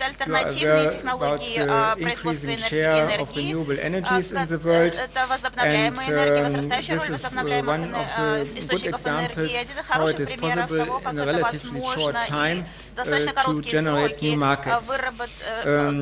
We have also resource-enhancing technologies, so we can optimize production processes. A good example is the water area. In some of the presentations we heard about the problems in this field with water shortage due to climate change. So this is another area where we can expect additional gains for companies who are inventory in this area. But it's not only in the production field, it's also in the service sector, where we, for example, via energy service companies can generate new business cases in this field. And last but not least, in the consumption sector, the population more and more asks due to higher prices for energy and natural resources, for efficient, energy efficient and resource efficient devices. Next slide, please. Just to give you a short overview, what we consider, next slide, please, to be the, at least in Germany, the top green technologies.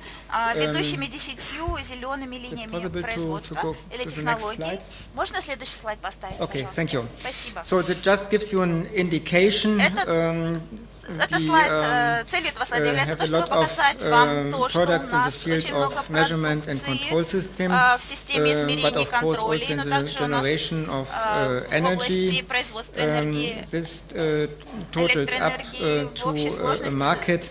Of nearly 140 billion for these 10 green technologies in Germany. In total, we have it in Germany around 300 million euro per year. Next slide, please. This counts for nearly 15% of our GDP. So you can see that the green business is not a niche. It is a fundamental and important area in our economy. The following slide shows how we expect the development of this market in the worldwide context will be. Nowadays we have nearly 2 trillion market where we in Germany participate in with mentioned 300 billion euro. This counts for nearly market share of 15%. At least this is our benchmark. We would like to hold this share in the market. But what's more relevant for you is that we are expecting the development of the market in the shown way, so that we expect for the year 2025 already a market around about 4 trillion euro.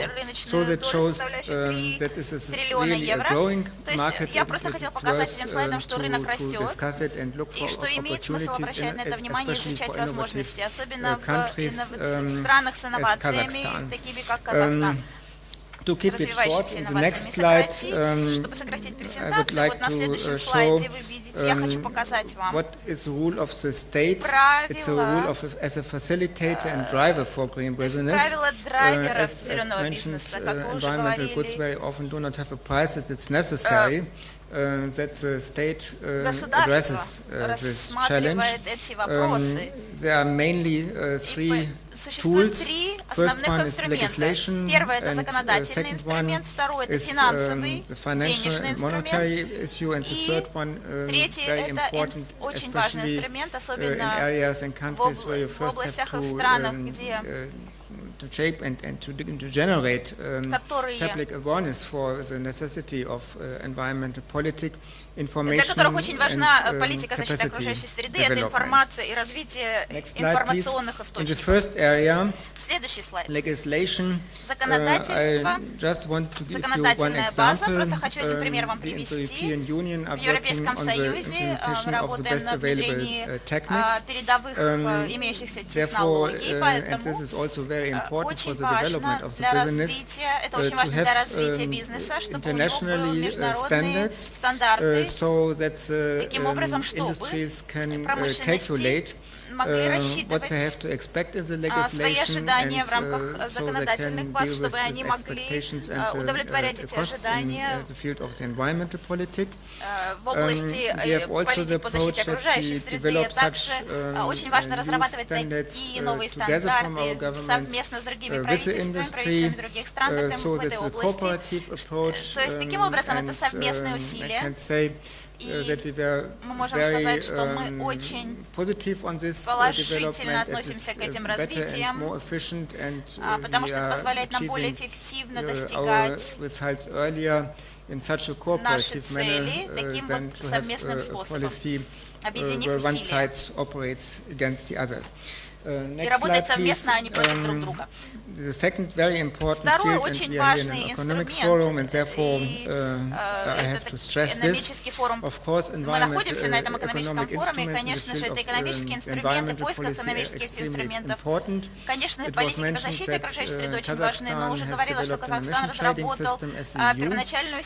We have also supported the development of this system, and this is a very efficient tool to set the right incentives to internalize the environmental effects and policy decisions by the companies, but there are also other instruments as taxes and fees, which are also important as instruments to be set beside an ambitious legislation. We have a good combination in Europe now on both instruments, and in the European Union the emission trading system was already mentioned. We are developing this field of economic instruments at least in the same velocity as in the field of legislation. Next slide, please. Rising awareness for environmental problems and politics. It's very important to develop information policy, политику в области информации, информирования, и особенно это должна быть завязана напрямую на потребителей. В это в Германии, в США были разработаны системы, companies and products which are top performers from an environmental продвижение компаний и продуктов, которые с точки зрения охраны индустрии находятся наверху. Blue Angel — это один из примеров. Может быть, вы видели его. Это очень рекомендуемый инструмент поддержания, продвижения экологических политик, покупки таких продуктов, что есть экологический компонент в производстве этой продукции, который приводит к определенным решениям в области потребления, то есть осознание этого поднимается, оно расширяется и продвигает разработку политик в области охраны окружающей среды. Для того, чтобы еще раз подчеркнуть роль государства, во-первых, это разработка долговременных целей политических для обеспечения достаточного промышленного развития. Также мы уже говорили о кооперативном подходе между политиками и промышленностью для достижения поставленных целей в определенное время. Также очень важно разработать инструменты достижения определенных целей на конкретные задачи. И также я говорил о разработке инструментов, которые позволяют ускорить введение стандартов. И также очень важно иметь политические инструменты, такие как законодательство в области охраны окружающей среды и в области justice. Next slide, please, to show you в следующем слайде показано, по крайней мере, один пример работы этого подхода в экономике Германии, начиная с 1994 года, и сравнение с развивающимися странами, с более, конечно, у нас медленный экономический разрыв до 2009 года, 150 был на уровне 150 примерно. Также у нас был 80% импорта, и употребление сырья, вы видите, снизилось на 80%. То есть продуктивность производства, продуктивность увеличилась. Что касается роста производства внутренних продукций на внутреннем рынке, то есть выросло от 100 до 180%. Я уже говорил очень много о примерах выработки политик.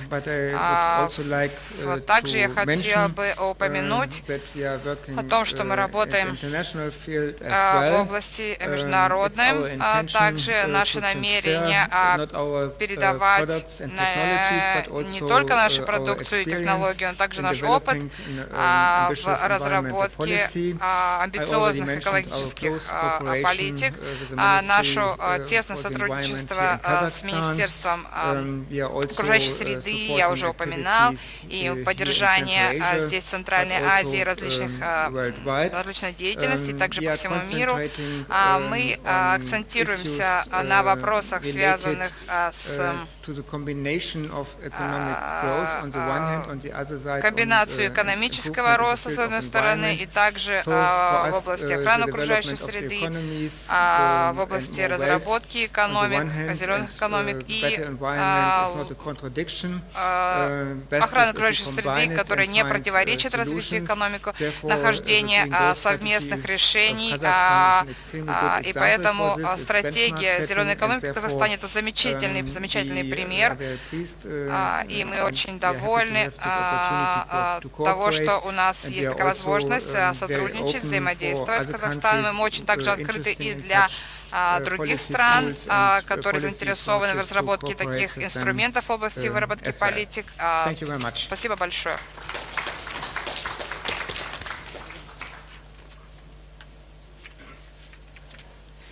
Позвольте предоставить слово нашему также соорганизатору этой сессии, региональному директору «Филармоника». Это проект управляется и поддерживается Европейским Союзом и программой ГТЦ, Федеративной Республики Германии, господину Штепану Учевскому. Штепан, пожалуйста.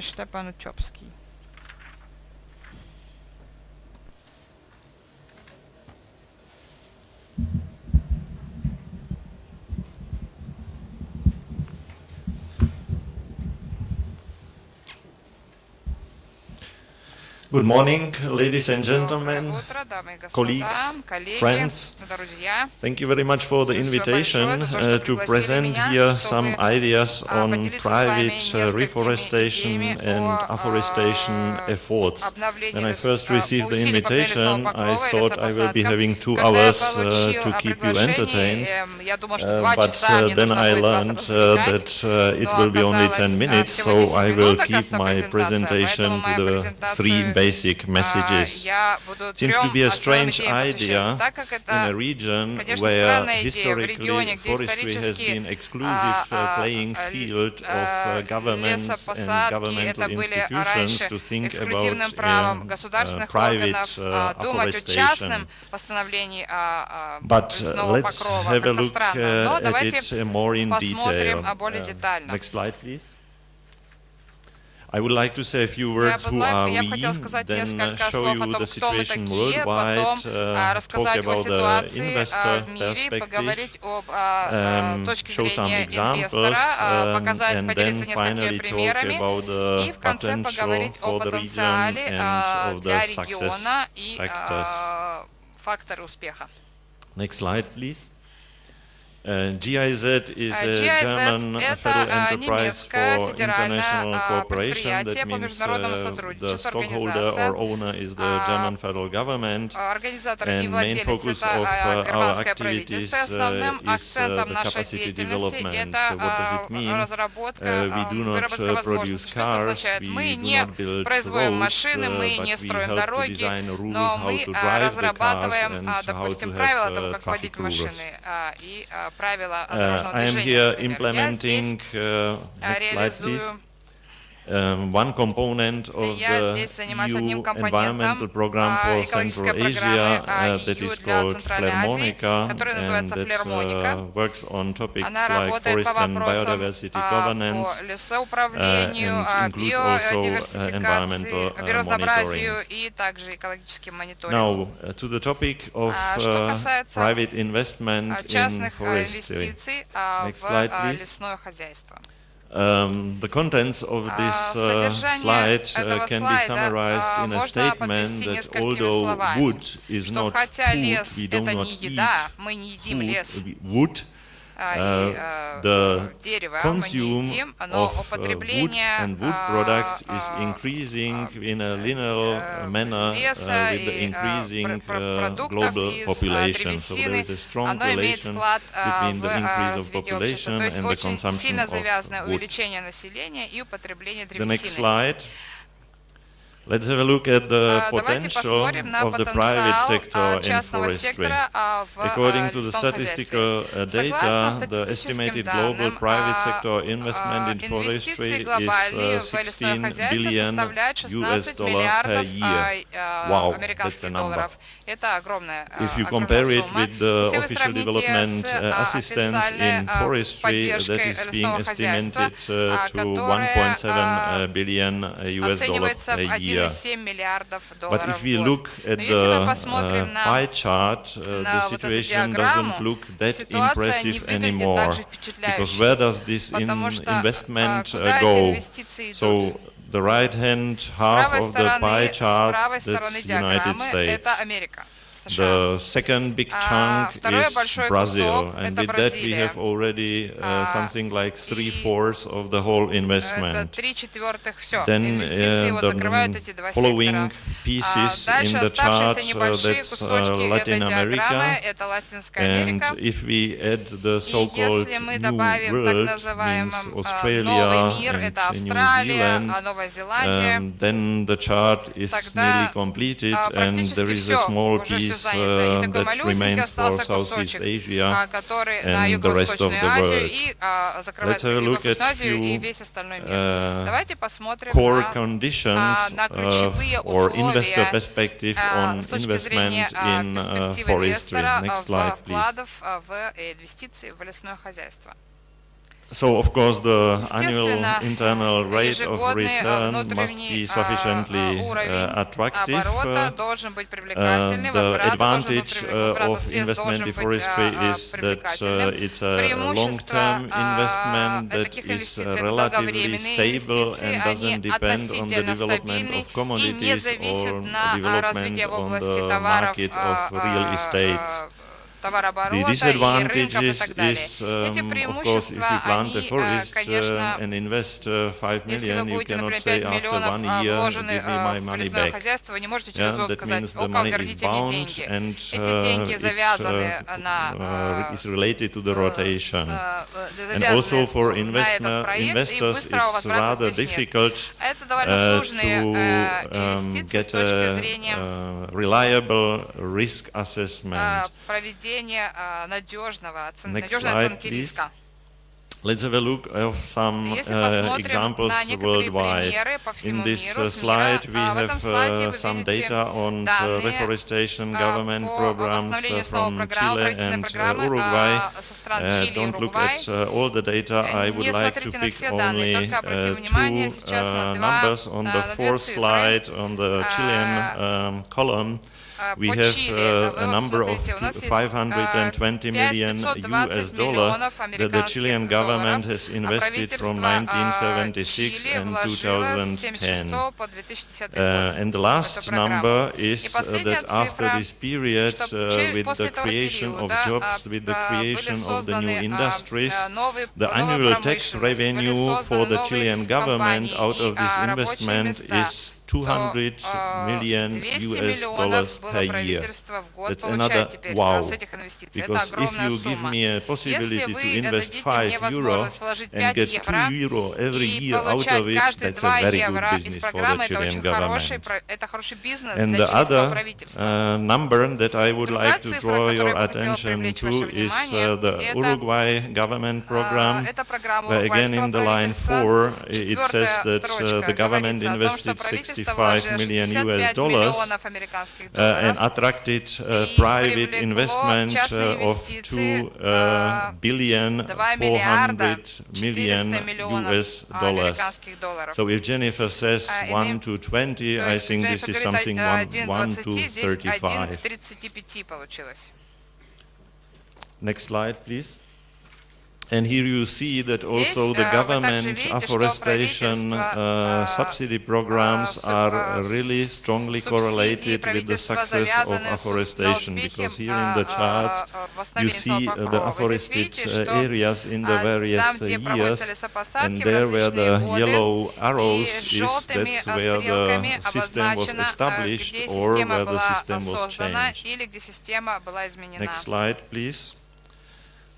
We have also short rotation forestry in Europe that is being supported by the European Union system of subsidies. Here that would be also a possibility perhaps for Central Asia, because poplar willow and Waldinia, that's also species that grow here very well. Next slide, please. I would like to skip that one. That's citing just a few more examples of international incentives and national programs for afforestation. And let's come directly to the slide where I would like to draw your attention to those success factors for the private investment. Next slide, please. How to attract the international or private investment. Already the first point says investors require political, social and legal stability. Of course, it's very clear, if you plant somewhere trees that need some 10, 20 years to grow, you don't need a situation where after 5 years everything is different and you have lost your investment. Of course, internal rate of return is to be attractive, above 10%. Very important issue for afforestation, you need land.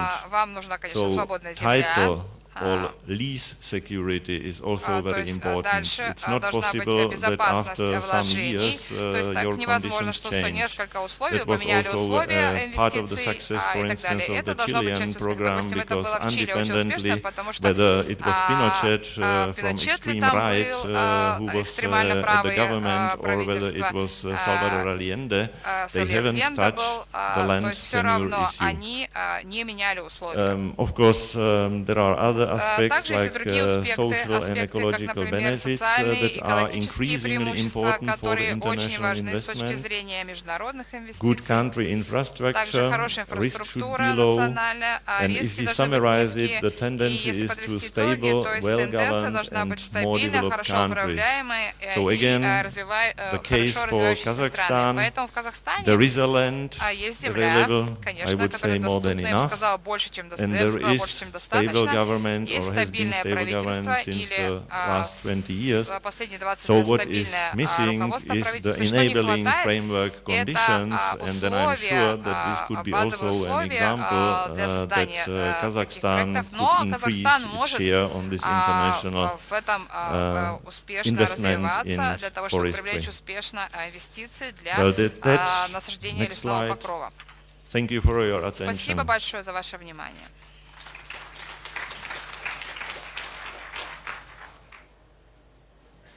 Уважаемые участники форума, очень важно продвижение зеленой экономики, зеленого бизнеса, вопросы финансирования.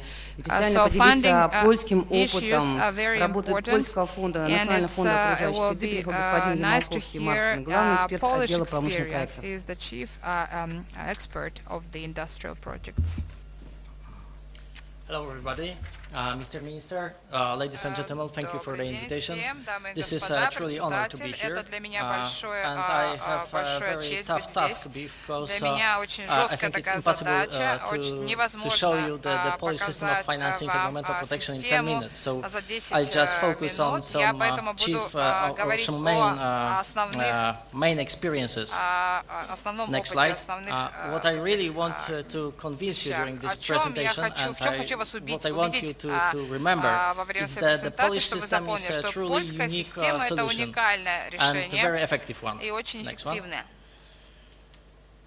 A little bit of historical background. It all started in 1989 when the political transformation became in Poland. We restored the function of president, we restored the parliament, we came back to the path of democracy, and we decided that sustainable development will be one of the basic priorities of our economy. Next one. And then was established a system of financing of environmental protection.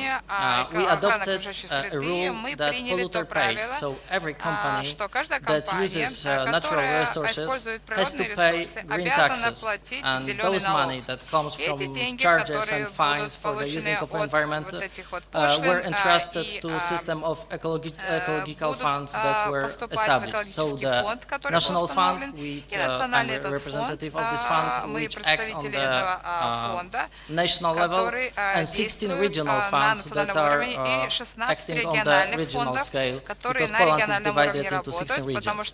Next one. On this, oh no, back, please, back one. Oh. No, so the next one and next one.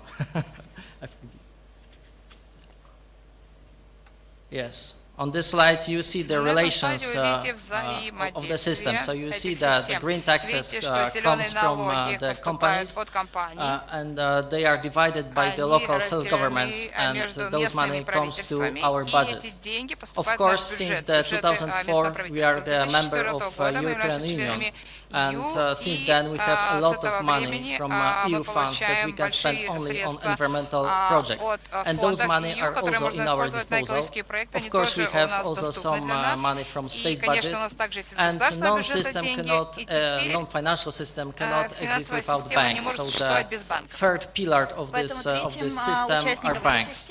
And in particular, the one bank, we have normal commercial bank, Bank of Environmental Protection, which is specialized in environmental projects. In fact, we as a national fund is owner of this bank because we have majority of shares of this bank.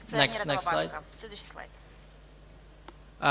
Well, that was the tough part. Now the easy part, the marketing. I tell you about national fund because this is the main pillar of the system of environmental protection financing system in Poland. As you know, we have 25 years experience in financing environmental protection. We are independent legal persons, so we are completely independent, however, supervised by the Ministry of Environment. Our staff is more than 550 people, so we are not only the financing institution, but we are also some kind of center of excellence. Next one. Well, amongst our strengths, as you know, there is experienced personnel.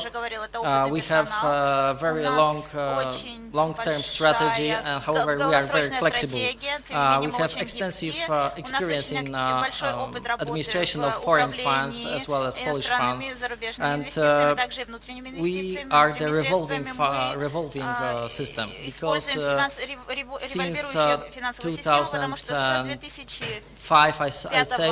The revenues from interest on loans that we have granted exceeded the revenues from charges and fines for using the environment. So that's why we are the revolving fund and revolving system. And of course, we are a renowned brand. We have close cooperation with the European Commission, with EBRD, with OECD, with World Bank. So we have a lot of connections, and this is very helpful. Next one. On this slide, you can see our revenue structure. What is important? The main stream of money comes from energy law. That's why we can spend so much money on environmental, on projects connected to climate protection, energy efficiency, and renewable energy sources. Because the energy companies has to pay according to energy law part of those substitution fees and fines, and that's why we can spend those money on those projects. Next one. This is a trend of our disbursements. I say it's pretty decent one. As you can see, we effectively spent almost 30 billion euro until the end of 2013. It's almost 18 billion US dollars. And keep in mind that we are a rather poor country and new member of European Union, so I'd say it is really great number of money spent on environmental projects. Next one. Financial engineering. If you want to create an effective system, you have to ensure that this is a flexible system. You have to ensure that it will be evolving, as I said. And what is crucial to ensure the synergy of actions of all the players in the system.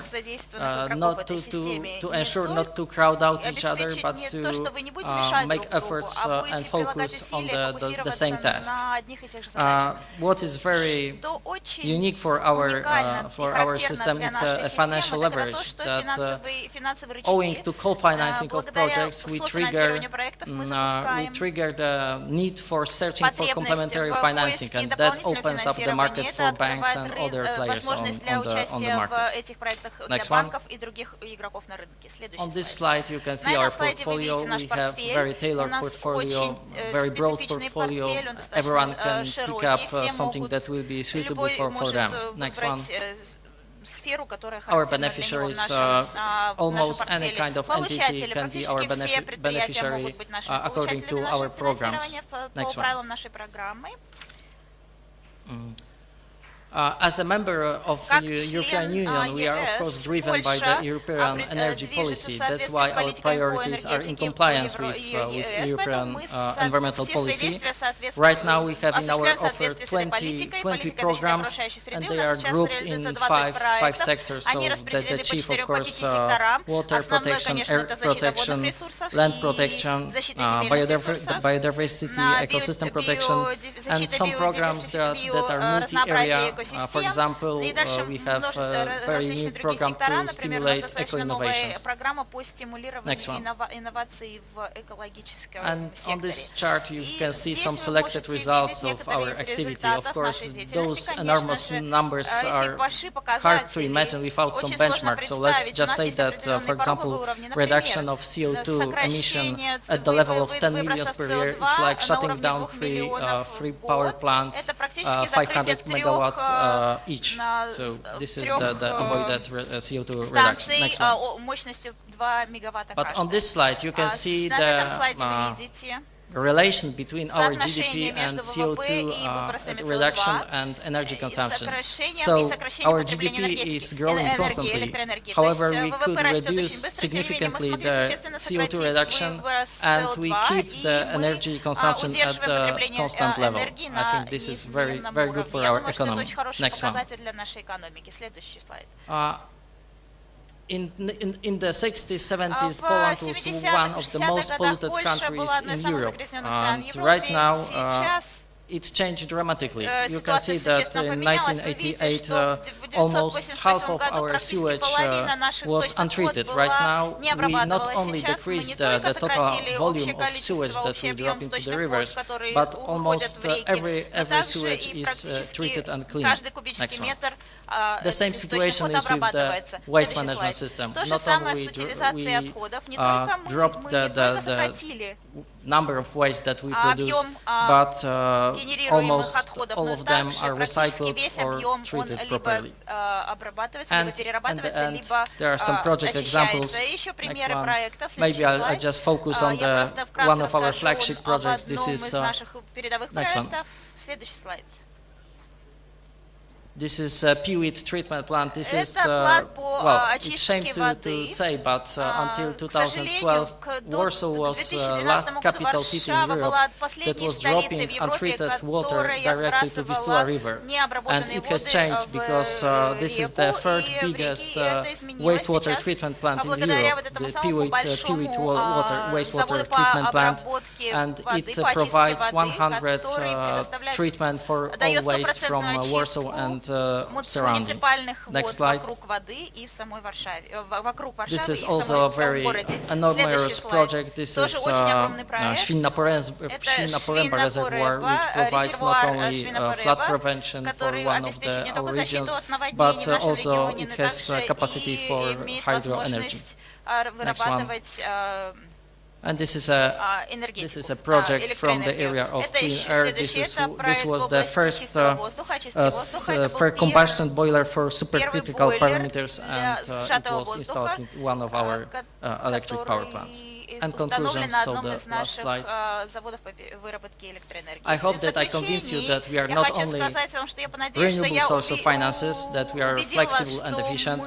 I didn't mention, but we are trying to be beneficiary friendly, but we are truly unique worldwide solution. And I know that Kazakhstan is on the right track because they bet on green economy, and we have broad experience in financing green economy, so we gladly share with them our experience in this field. So thank you for your attention.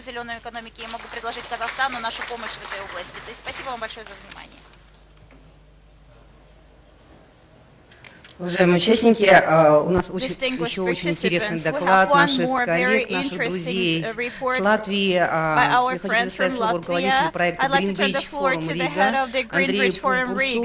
Надо сказать, что Латвия одной из первых также поддержала программу «Партнер Зеленый мост», и сегодня мы станем свидетелями уже подписания меморандумов между нашими компаниями. Пожалуйста, Андрей. Dear ladies and gentlemen, my presentation will be in Russian, so I will be trying to keep the pace in Russian. It will be fast. I have 10 minutes. Уважаемые дамы и господа, господин министр, уважаемые госпожа Исекина, господа представители, руководители дипломатических миссий, оставшиеся делегаты с самым большим коэффициентом терпения, у меня будет последняя презентация. Я сделаю короткий экскурс о положительном опыте Латвии к переходу к зеленой экономике. Да, как уже сказала госпожа Исекина, мы были, наверное, первыми, кто на выезде подписал хартию «Зеленый мост». Как видите, наша организация тоже называется Greenbridge Forum. Я не хотел бы сказать, что это плагиат. Мы где-то в одно и то же время выбрали похожее название, и это организация, которая объединяет латвийские компании чистых технологий. И я думаю, что мы двигаемся в одном направлении, подписанный меморандум является свидетельством этого. Может, следующий слайд? В принципе, я попробую быстро пробежать по слайдам. Мы начинали примерно из одной и той же исходной точки, что и Казахстан. После развала Советского Союза восстановили независимость в 1991 году. Самое важное, наверное, в этом слайде сказать, что у нас очень большая муниципальная раздробленность. До 470 муниципальных образований было. И мы начали с того, что Латвия вернула собственность бывшим владельцам, вступили в свободный рынок. We opened up a free market, we started the privatization process. Нам, может быть, немножко это было быстрее и легче сделать, потому что страна меньше и, скажем так, индустрии, скажем, развал произошел сразу, но цели и задачи у нас одни и те же. У нас была цель уменьшить загрязнение окружающей среды, эффективное использование природных ресурсов. И самое главное, нужно было найти для этого финансирование, потому что как бы все мы были в одной составляющей, но требования у нас были, и цели у нас были вступить в Европейский Союз. Поэтому это нужно было сделать достаточно короткие сроки с минимальным финансированием. Следующий слайд. Period of time to do it, and very limited resources for that. So we adopted several laws, and the main important principle of which was принцип загрязняющий платит. То есть у нас нету ни нефти, ни газа, и единственный наш ресурс, не считая песка, моря и свежего воздуха, это люди. И благосостояние для нас было важно, но всем нужно было понять, если человек заезжает на бензоколонку, покупает бензин, он за это платит. Если человек получает чистую воду, он должен вернуть чистую воду обратно в эту среду. И были приняты программа 800+ по питьевой воде сточным водам. Почему 800? Это было 800 мест, где нужно было привести в порядок. И на тот момент мы не знали, что эти места будут, или центры сел, городов будут их меньше, мы думали, что их будет больше. И 500 минус у нас было более 500 разных свалок по Латвии, разных колхозов, и нам нужно было их сократить. Я потом дальше покажу, как мы это сделали. Значит, наверное, одним из главных ключевых моментов, как мы перешли к реализации законов, было создание такой Project Implementation Unit Министерства окружающей среды Латвии, потому что на самом деле у нас, как и в любом государстве, получается три главных стороны. Это министерство как заказчик, это самоуправление или люди на местах как бенефициар, и исполнители, которые делают те или иные проекты в той или иной направлений. И на тот момент у нас были консультанты-ирландцы, которые создали достаточно сильных экспертов, группу, делали все, на самом деле, проектное руководство и менторинг, и слежение, чтобы проект сделался, потому что обычно, как говорят немцы, никто не знает, на чьей стороне поле мяч, каждый его перекидывает в другую сторону и ждет, что произойдет, поэтому нужен кто-то посередине, кто их всех двигает. Самое, наверное, негативный. Это было очень позитивное решение, потому что мы все реализовали в достаточно короткие сроки. Самый негативный опыт, который мы с этого имели, что все-таки был языковой барьер, потому что на тот момент, на начало 90-х, очень мало людей на местах знали английский язык, поэтому нужно было в Министерстве окружающей среды тоже создавать людей, которые рано или поздно в частном или, скажем, коммерческом порядке переняли эту структуру. Следующий. Я просто на одном примере, я бы мог бы такие же примеры дать и по воде, и по очистке. Здесь просто один пример, например, отходного хозяйства, что у нас было 558 свалок в Латвии, сейчас у нас 12 полигонов. Доступность услуг в городах и селах была 60-40%, сейчас у нас 100%, в городах где-то 80% разделяется мусор по разным видам. Значит, здесь очень короткий слайд насчет поступательной политики внедрения ее эффективности, тоже на отходах. Если мы видим, то, что самое главное, что сделали, это ввели налог. Налог ввели в 1991 году, и чтобы люди, как я уже говорил, по примеру бензина, поняли, что каждый должен платить хотя бы чуть-чуть. И если вы видите, с 1991 года по 2009 год практически этот налог не менялся, то есть было обучение населения, и люди понимали, что каждый должен платить, чтобы жить в чистой среде, и прошло 18 лет, пока этот налог начал расти. Сейчас на данный момент он уже около 12 евро за тонну, что все равно является на общем фоне Евросоюза одной из самых низких показателей. Следующий слайд. Я бы хотел показать вот карту, есть такой индекс, Environmental Performance Index по всему миру, который делается в Ельском университете, Ельский индекс экологической деятельности в мире. Латвия хоть и маленькая страна, там немножко слева видно на фоне Европейского Союза. Может быть, многие не знают, но Латвия заняла второе место в прошлом году по движению к зеленой экономике. Можно обратный слайд? Нет, вперед. Вот, спасибо. Да, если мы видим, мы достаточно сильно продвинулись, и на самом деле у нас сейчас уже есть задача, созданы разные компании, много специалистов, эти компании маленького размера. Следующий шаг, что они могут делать, это можем делать экспорт знаний, экспорт технологий, поэтому мы создали такую организацию Greenwich Форум, под которой объединяем компании, чтобы экспортировать свои знания. В принципе, можно следующий слайд?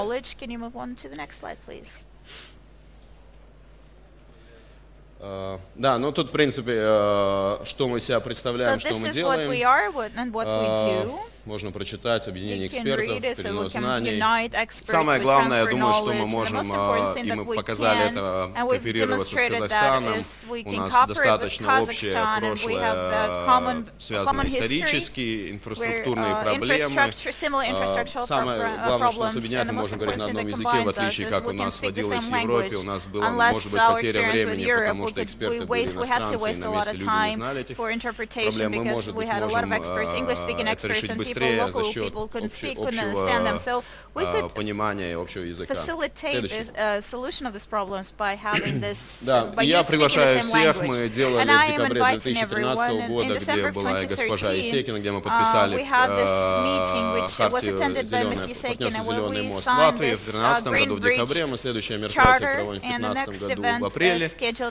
Латвия будет президентствующей страной Совета Европы, и мы надеемся, что многие из здесь присутствующих могут найти возможности приехать. Следующий слайд. Спасибо всем за внимание. Я бы хотел представить моего коллегу из Латвии Андрея Белогорский, который представляет ассоциацию Cleantech, член правления. Он будет подписывать меморандум с казахстанской компанией BSG. Спасибо за внимание.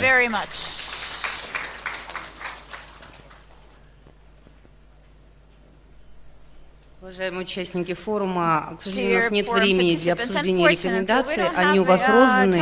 Если у кого-то будут предложения, то, пожалуйста, можно будет подойти после сессии в оргкомитет. И сейчас мне бы хотелось еще раз сказать о том, что наша сессия имеет не только такой, скажем, ознакомительный характер, а мы обменяемся опытом, мы делимся теми достижениями, которые у нас есть у стран-партнеров. И в рамках этого мы хотели бы также подписать меморандумы, как так сказать, это мы надеемся, что это наши первые меморандумы, подписать с нашими партнерами. Первый меморандум «Зеленая академия», как научно-аналитический центр, продвигающий концепцию перехода к зеленой экономике, подписывает с директором НИИ безопасность и природопользование господином Станиславом Тимошовым, Нобелевским лауреатом. Поэтому, пожалуйста, я приглашаю господина Тимошова к столу подписать наш меморандум.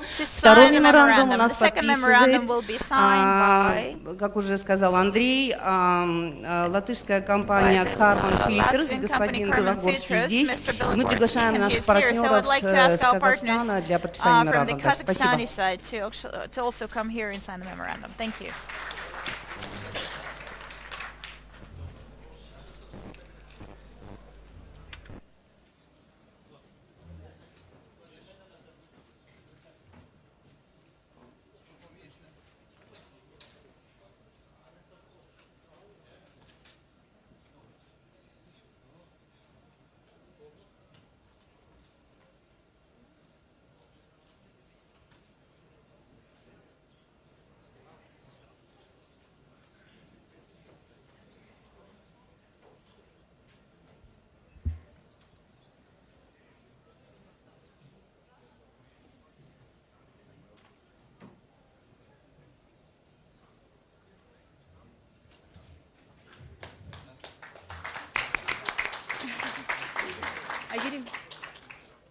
Так, и мы приглашаем сюда для подписания меморандума члена правления Carbon Filters Латвии господина Андрея Белогорскиса и директора BSG Technology Жукайдарова Максата Уркенула для подписания меморандума. Спасибо.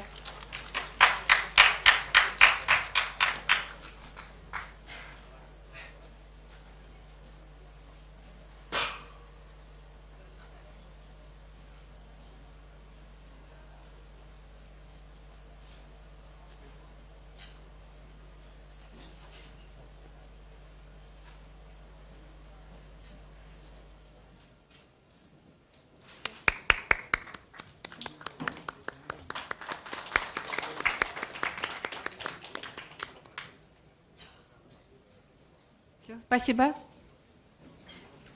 Thank you very much. Уважаемые участники форума, позвольте еще раз всех поблагодарить за участие. Мы ждем ваших предложений и рекомендаций. Looking forward to receiving your recommendations and comments. And now I would like to ask you all to have a picture with our presenters. So I would like to ask Minister of Arab Emirates to also come here for this photo session. Thank you very much. All the presentation will be posted at the Green Academy website, and we will come up with the way to publish this material. So thank you very much and see you soon.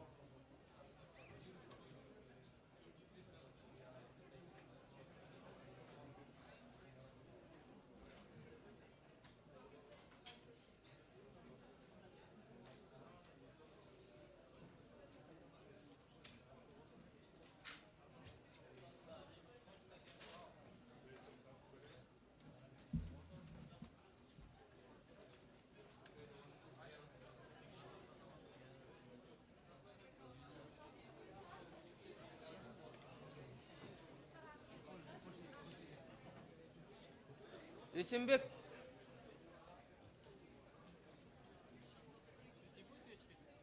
Будет, но надо...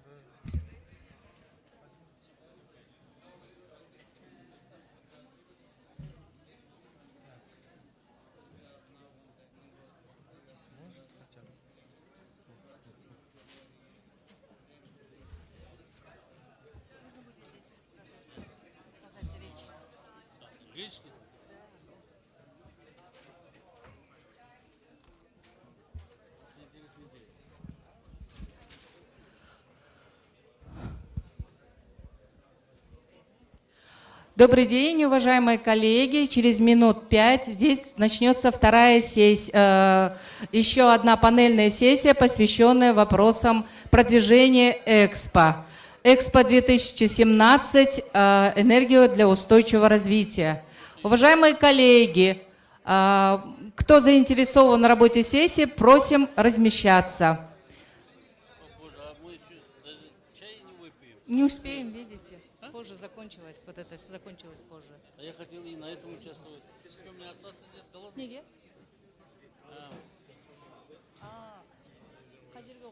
Извините, сэр. Уважаемые коллеги, через 5 минут здесь начнется сессия Экспо 2017 «Энергия для устойчивого развития». Прошу коллег размещаться в зале. Сегодня несколько панельных сессий в рамках этой конференции. Впервые общественность, бизнес, международные организации будут принимать участие в обсуждении вопросов подготовительных мероприятий Экспо. Будет подписание меморандума с национальной компанией Экспо, Астанинский Евразийский клуб ученых, Коалиция за зеленую экономику. В рамках наших сессий будет проведена церемония награждения первых победителей республиканского конкурса «Зеленые компании Казахстана». Коллеги, просим вас размещаться в зале. Я хочу сфотографироваться, если можно. Да, не вопрос. Потому что меня не...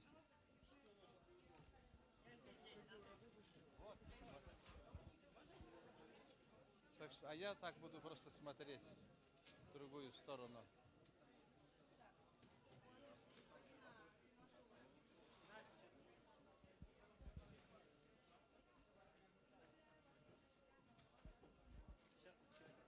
Да не...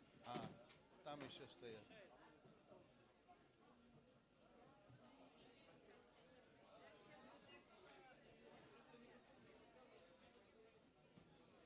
Так. Ну да. Теперь можно, да? Ну давай.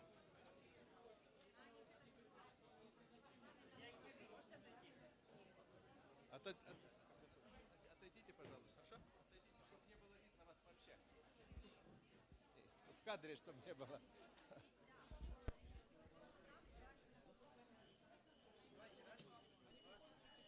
Так. Ну все? Ага. Хорошо. В принципе, я думаю, мы попросим. Ну да, надо. И потом вам вышли. Ну, это я хотел, чтобы, знаете, сходу я приеду, чтобы мог сразу показать. Теперь я готов отдать. Теперь готов отдать. А то понятно, почему я держал, да? Чтобы было понятно, что я не совсем имитирую, а что все-таки это правда.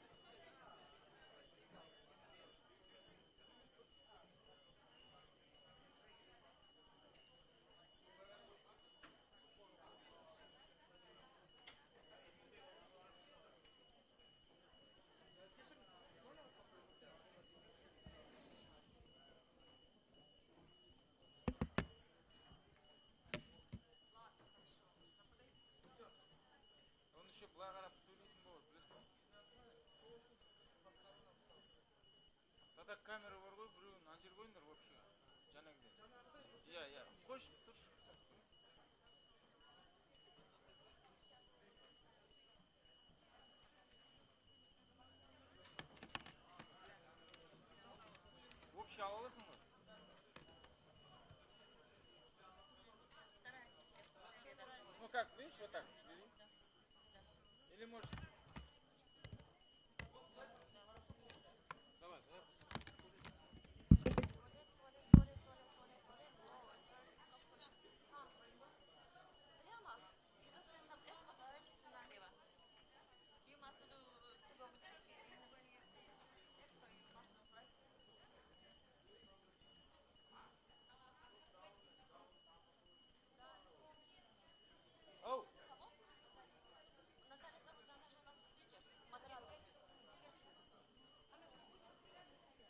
Нормально?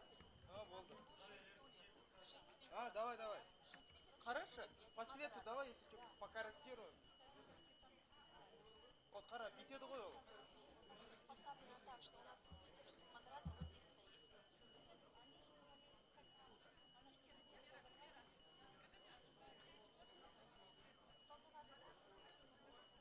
Кім? Нормально. Нет, нормально. Холодный свет не назид. Кім? Советханаға қазір мына жерден өте ма, мына жерден өте ма? Мына жерден өте берсе кадрды бұзбай ма дегенім? Да?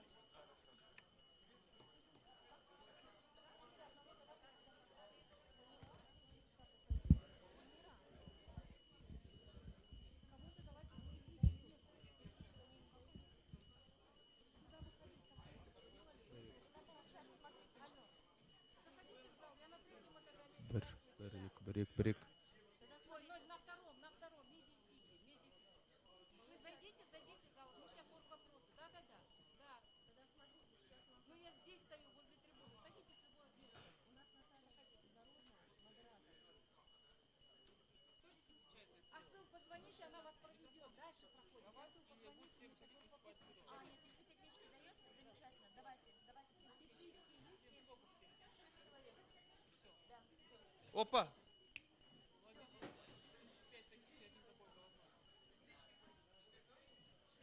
Петлички будут? С нами тоже говорите, мы же тоже снимаем как. Они мне сказали, что петлички нет, поэтому каждый выходил сюда выступал. Сейчас у нас получится. Да.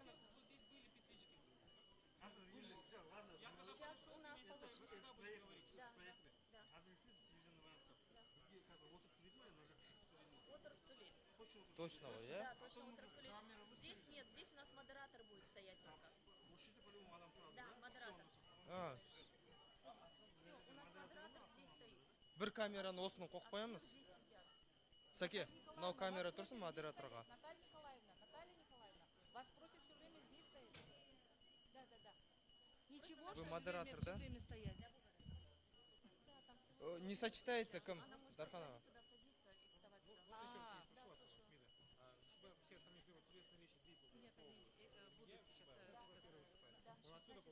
Нет, они будут сейчас поставить. Своего места говорят. Да, если вы хотите, чтобы они выходили. Как сделать? Достану то, что мне нужно. Нет, уже некогда. К сожалению, некогда. Он должен вставать.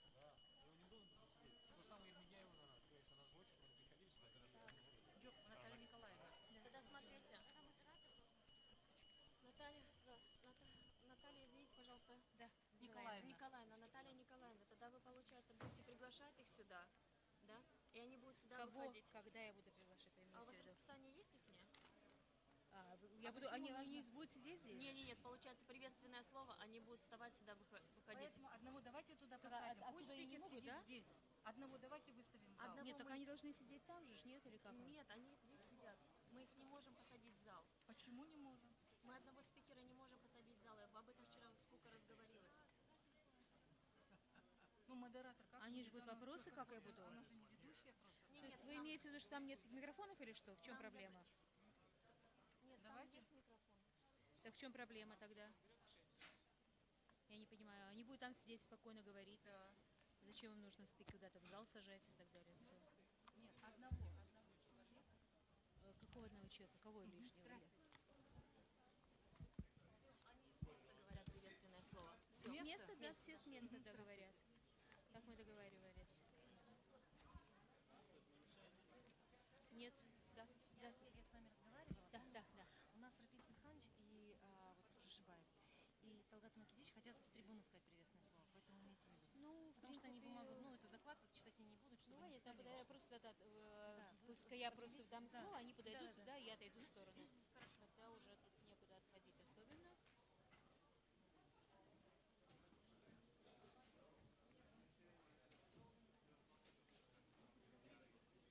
Они хотят оттуда говорить, нет, отсюда говорить. Я буду здесь стоять, модерировать стоять. Да, да. А? Нет, ничего, если что, я даже удобно. Nice to meet you. Иван Просеков. Здравствуйте, здравствуйте. We were talking about what will be the format of the session. Well, that'll be just, I will introduce them. There will be 2 welcoming speeches, and then I will give each of you 10 minutes to present your views and so on. And finally, if there are some questions at the very end, we would ask questions from the audience. That will be not a panel discussion. I'm not going to ask you anything. You will just share your opinions because we don't have too much time for that. We have just about 1 hour, and then a few minutes. I have a speech already done. Yeah, and sir. my Yes. presentation with Yes. that slide and everything. So I want to be not there, but I have my text. Doesn't matter. If you want, I will just share it with you. Okay, thank you. Find some place where to hide. Okay. No So I have problem. my text and everything. So But then the question, if there are any questions, yeah, you will then be after answering. that I will go back to my seat, Sure. so I present, Sure. and then I go back. Is that okay? No problem. With you? Yes, of Okay, course, thank of you. course. So far, so good.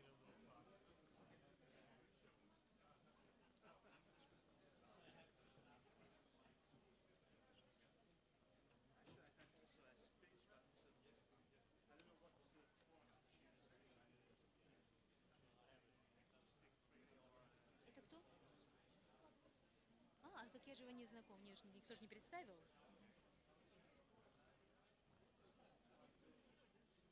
Что?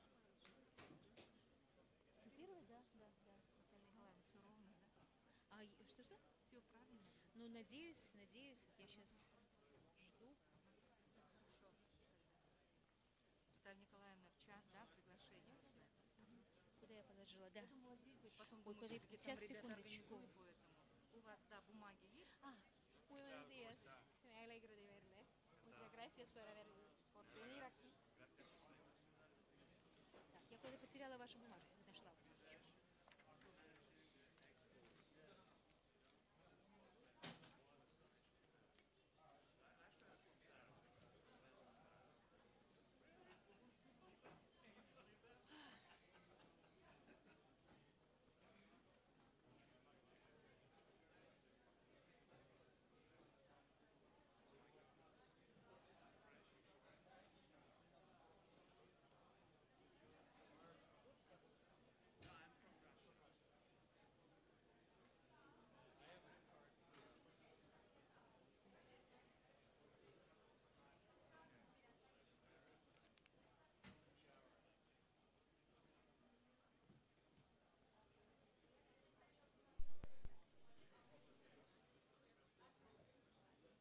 Hola, ¿qué tal?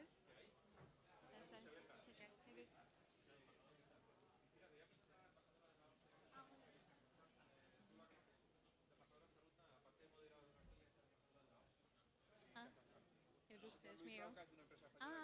Correcto. Sí. Muchas gracias por haber venido aquí. Cristina Santamaría es la consejera económica y comercial de nuestra embajada. En Almaty, sí. Estamos ubicados en el mismo edificio. Sí, nosotros también en el planta 4. Sí. Muchas gracias. Вам осветительные приборы в глаза не сильно бьют, если что, мы можем уменьшить формальность. Да вроде нет. Ничего может быть, да. Так.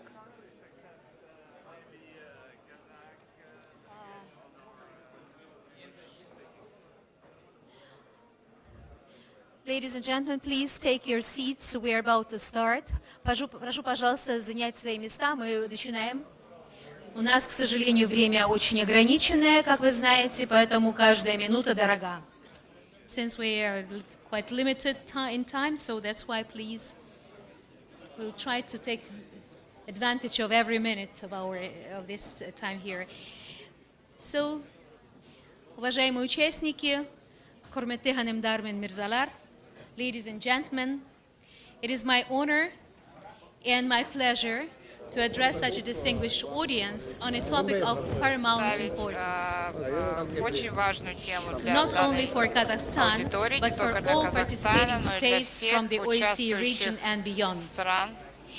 Today we will speak on energy for sustainable development and green economy, as well as on the educational role the world exhibitions play in advocating and promoting innovations and fostering the international scientific and technological cooperation.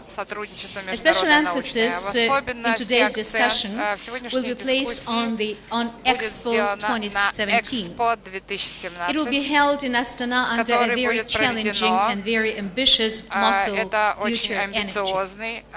Since fossil fuels are not a renewable energy source and will eventually run out, the humankind obviously will need to find alternative energies for the future. There are many different ways and technologies to ensure reliable energy source, enhance energy efficiency, save the environment, and contribute to the global sustainable development, preventing and averting adverse impact of the climate change.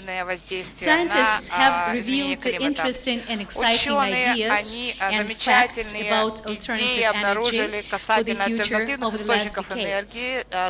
Their research highlights numerous and various advantages of wind, solar, photovoltaic and marine energy, hydroelectricity, geothermal power, as well as bioenergy and other renewable sources.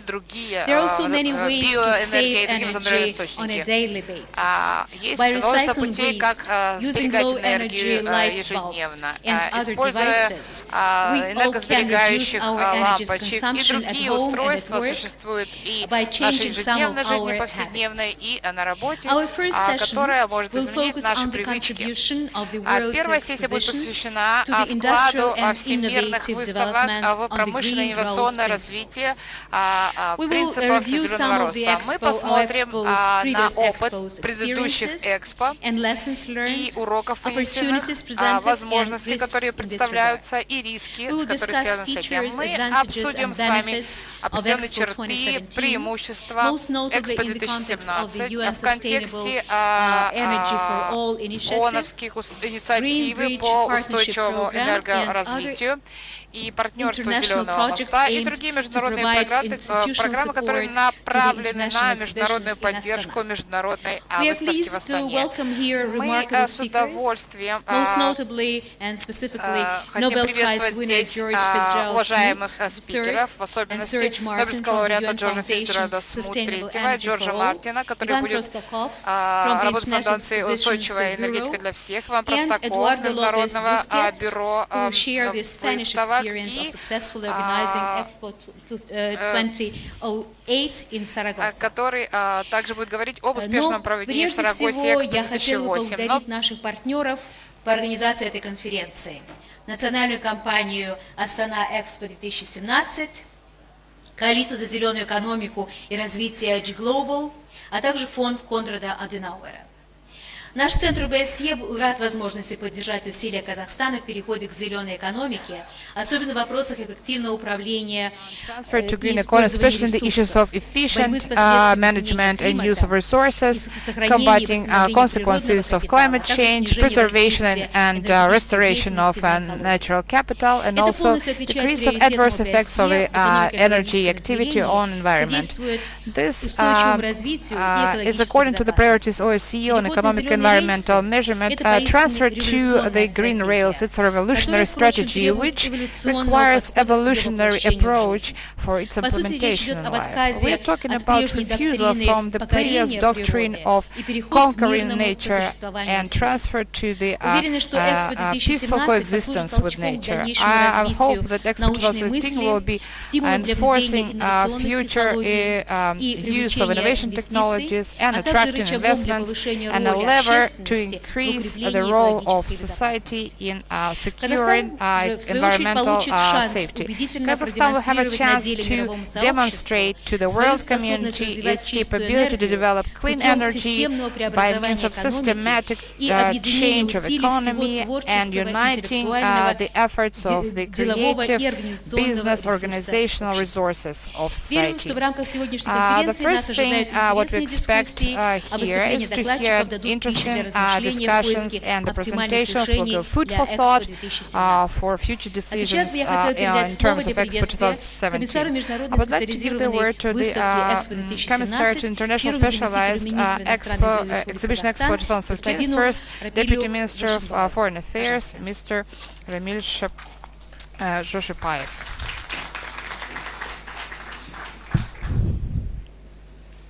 Спасибо большое. Thank you very much. Уважаемые участники сессии. Thank you very much, dear participants of the session. Astana Economic Forum is becoming an important platform, global platform, talking about the importance of the investment policies.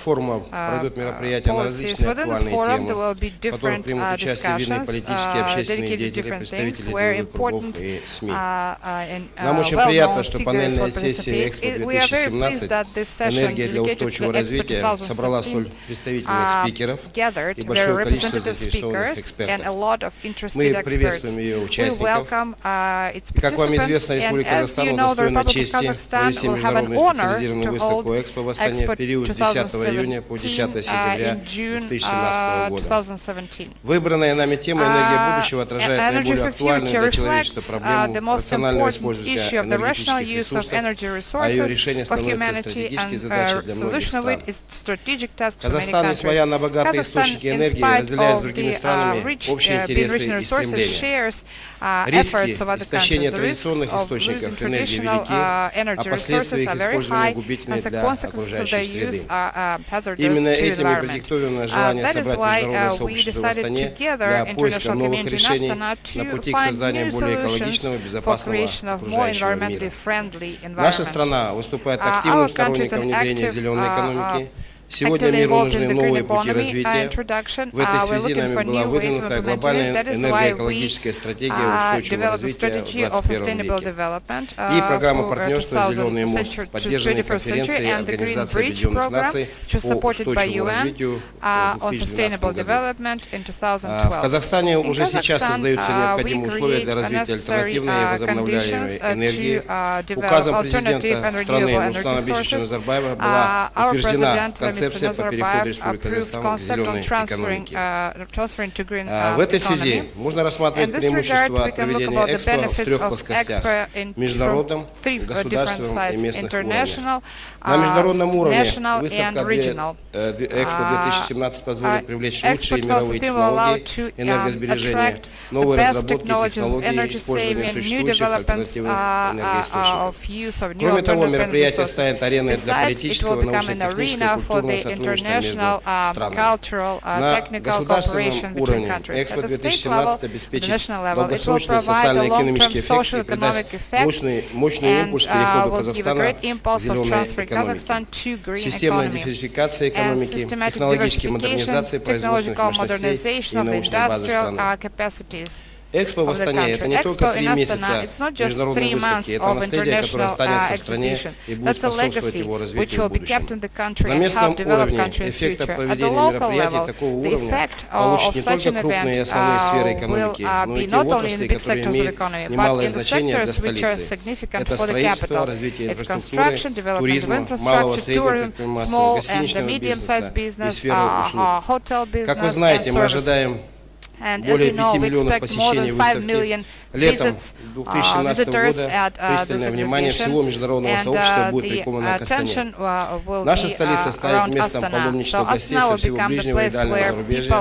Экспо 2017 станет локомотивом развития туризма как в Астане, так и во всем Казахстане. Объекты Экспо 17 будут построены с учетом максимальной загруженности и эффективного использования после выставки. Глава государства Международного бюро выставок придает этому вопросу особое значение. Территория Экспо призвана стать новым центром страны с уникальными инновационными зданиями. При этом большинство объектов выставочной площади будут использовать зеленую энергию. Часть комплекса после выставки будет передана Назарбаев университету под научные центры и лаборатории. Для реализации всех намеченных планов нами ведется активная подготовительная работа. В апреле на заседании исполнительного комитета Международного бюро выставок мы успешно защитили регистрационное досье. Символично, что в этот же день в Астане глава государства дал старт строительству выставочного комплекса Экспо 2017, заложив капсулу на церемонии открытия. Теперь, 24 апреля 2014 года, ознаменуется началом особого этапа подготовки к Экспо 2017. 11 июня сего года в Париже состоится официальное признание Экспо 2017 и передача флага Международного бюро выставок Казахстану. После чего начнется полномасштабная работа по привлечению международных участников на выставку и имиджевому продвижению Экспо за рубежом.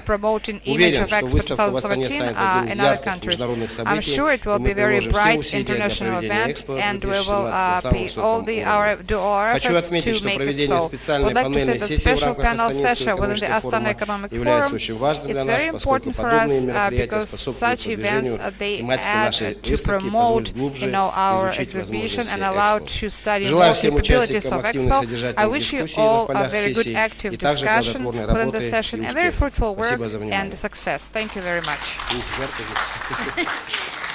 Большое вам спасибо, и хотели пожелать только, чтобы все ваши планы сбылись, и чтобы это, я абсолютно уверена, что Казахстан имеет достаточный опыт и политическую волю, и возможности, и в том числе поддержку со стороны общества в проведении не только этой выставки, но в использовании всех ее идей в дальнейшей своей деятельности. А хотела бы сейчас также пригласить еще одного представителя Казахстана, председателя правления акционерного общества «Национальная компания Астана Экспо 2017», Талгата Ермергияева, тоже обратиться к нам с приветственным словом.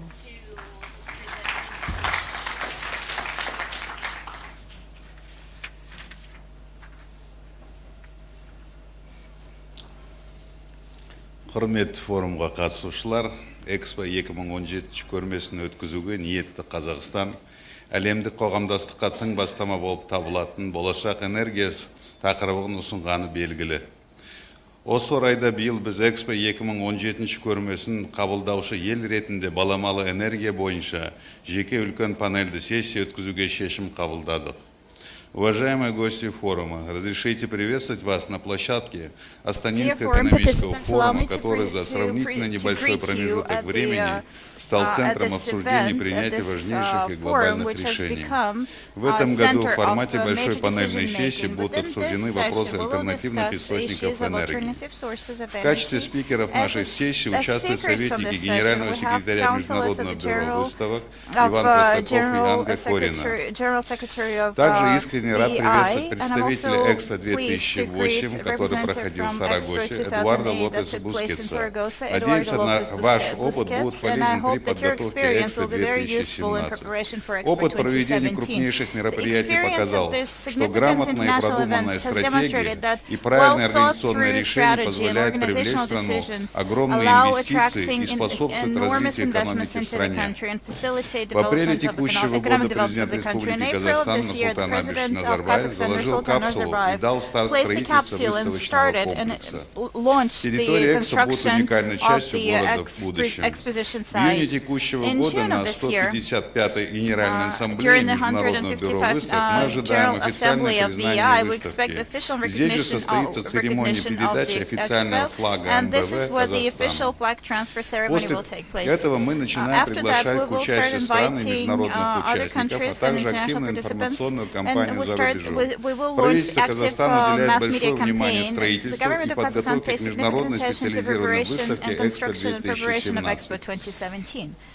Экспо-2017 является событием национального масштаба, и в данном случае активное участие граждан Казахстана является залогом его успеха.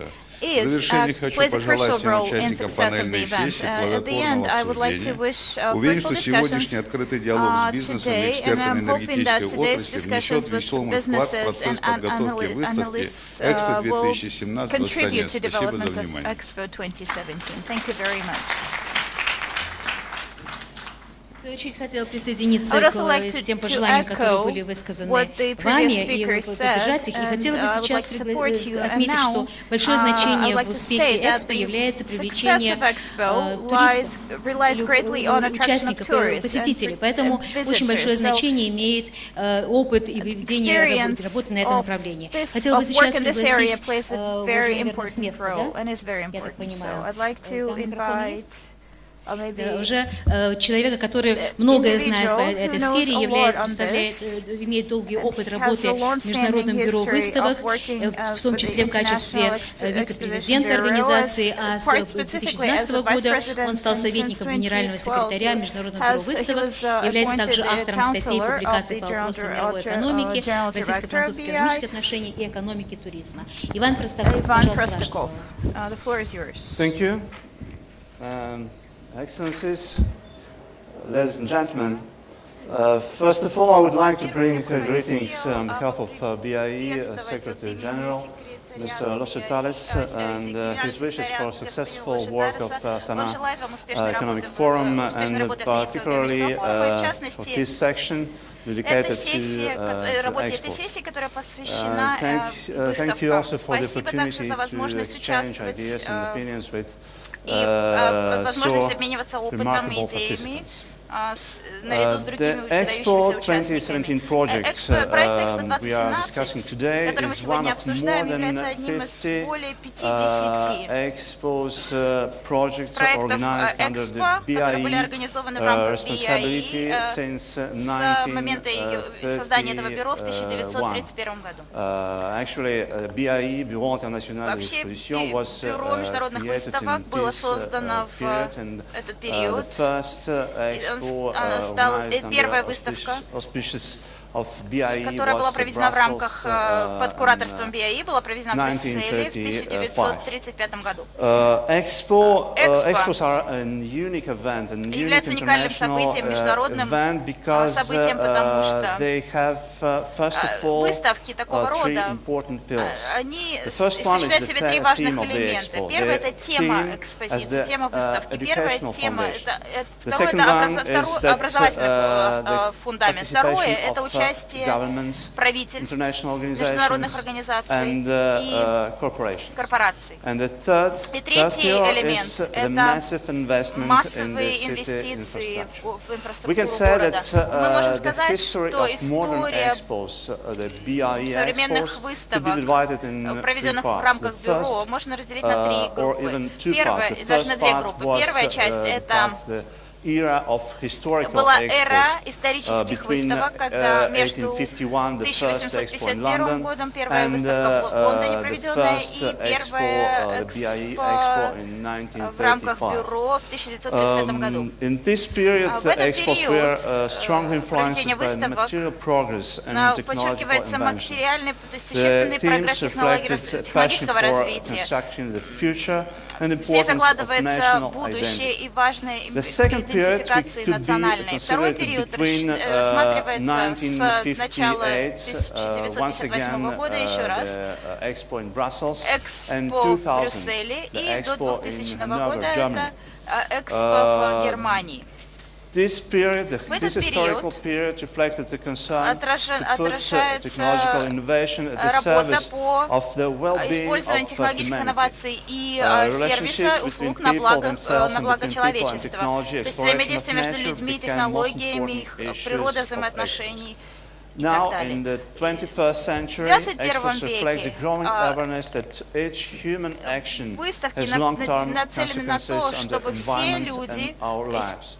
there is a new получали convention that Expo блага can be от again real использования instrument of природных ресурсов и progress так in далее. all Сейчас areas выставки становятся of реальным инструментом global достижения lifestyle, прогресса в environment, изменении energy, глобального уровня education, жизни и health, образа жизни, etc. улучшения образования, In this здравоохранения и context, we так can say далее. that В этом every контексте мы можем expo сказать, is что a любая выставка milestone in the path является of краеугольным камнем introduction innovations, в отношении developing введения new инноваций, platforms for развития новых cooperation. платформ для сотрудничества. What is very important Очень for важно also the launching of для best practices for запуска передовых практик implementing sustainable urban и solutions. устойчивых, принятия This is a устойчивых very решений. important Это очень point важный for understanding Expo's момент для opportunities. понимания возможностей, которые дают нам такие выставки.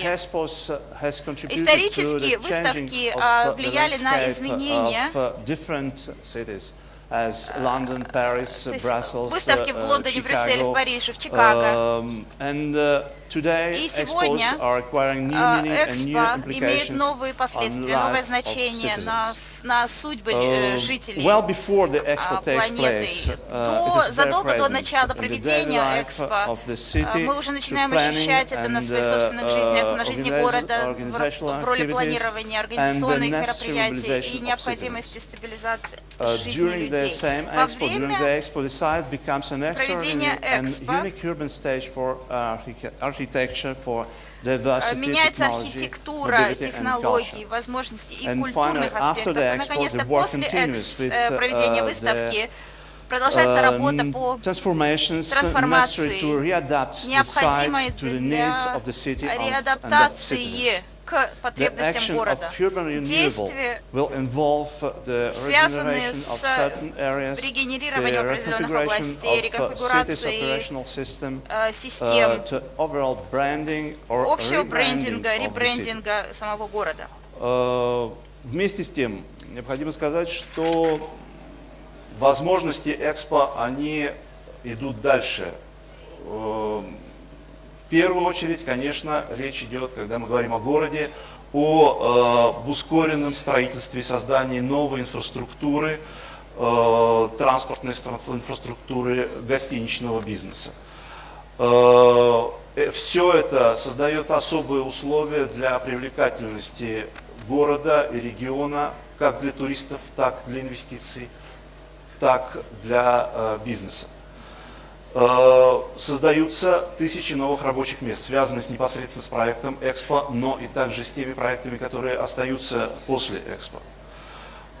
Наконец, необходимо отметить, что город и страна превращаются в точку, в пространство, которое является опорой для развития актуальной тематики, связанной с темой. Если мы говорим о Казахстане, то энергетическая тема должна сделать из Казахстана международную авторитетную площадку для продолжения дискуссий на тему внедрения новых технологий. Уже говорилось, следующий элемент, очень важный на последующее развитие, это развитие туриндустрии, это привлечение новых туристов, но необходимо иметь в виду, что Экспо открывает пути для развития выездного туризма из страны, которая принимала его.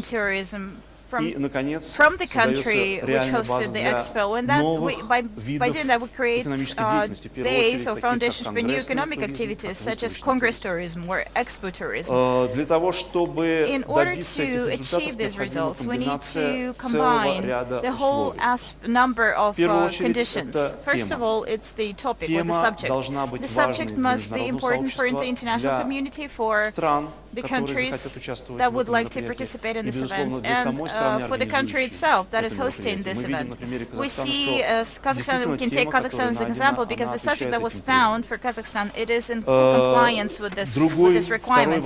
Another element, very important element is the quality of participation. This is what organizers will have to work on because it's not only important the quantity is not as important as the quality of this participation. And compliance of this participation to high standards that are applied by the international, by BEI, BIE to this to such expos, and this quality that would contribute to further development of the city and the country. And the third important element of success is expo site. The site itself, in itself, it should generate the event by itself from the architectural standpoint, from the program standpoint. And the last but not least, and probably the most important element is information and communications. And this is the key to success of the Expo project. Communications should start from day zero and start from the country, on the level of the country, on the level of the city that hosts the event, which it is also important for the government to emphasize the importance of this event in its external political activities, and that gives the possibility for the project to be noticed in international mass media and among international communities. Should be a result of common efforts of Expo organizers, national government, citizens, obviously of the BIE, Bureau International des Expositions. The role of the BIE is fundamental in this context because the BIE preserves a rich experience and the know-how of dozens of expos. This is an important intellectual legacy which allows ensuring the follow-up of expo site organization, the setup of an appropriate communication strategy, the promotion of the project to member countries. And we could see through the introductory speech of Honorable Commissioner that Kazakhstan, Astana, the expo organizers perfectly understand these needs. The Astana 2017 project is considered by BIE as valuable and important, promising many opportunities for Astana, Kazakhstan, and international community. The BIE is ready to provide to Kazakhstan authorities, the expo organizers, all support they need in order to transform expo opportunities in a real success and outstanding achievements. Thank you for your attention. Thank you very much. Спасибо большое. Я, к сожалению, хотела сказать, что мы уже прошли половину пути нашей первой сессии, поэтому я просила бы, у нас осталось еще 3 выступающих, я просила бы постараться максимально придерживаться регламента, хотя я понимаю, что следующим нашим выступающим будет не просто это сделать, потому что мы пригласим сейчас выступить американского астрофизика-космолога, лауреата Нобелевской премии по физике в 2006 году за открытие анизотропии и чернотельной структуры энергетического спектра космического фонового излучения. Для нас большое, для меня большая честь представить вам профессора физика Калифорнийского университета Беркли. Его работы подтвердили теорию Большого взрыва, но сейчас мы будем говорить несколько о другой теме, надеюсь. Все-таки любая выставка, она прежде всего призвана стать толчком в развитии научной мысли. И мы очень надеемся, что господин Джордж Фитджеральд Smith III will share ideas concerning future energy. Thank you.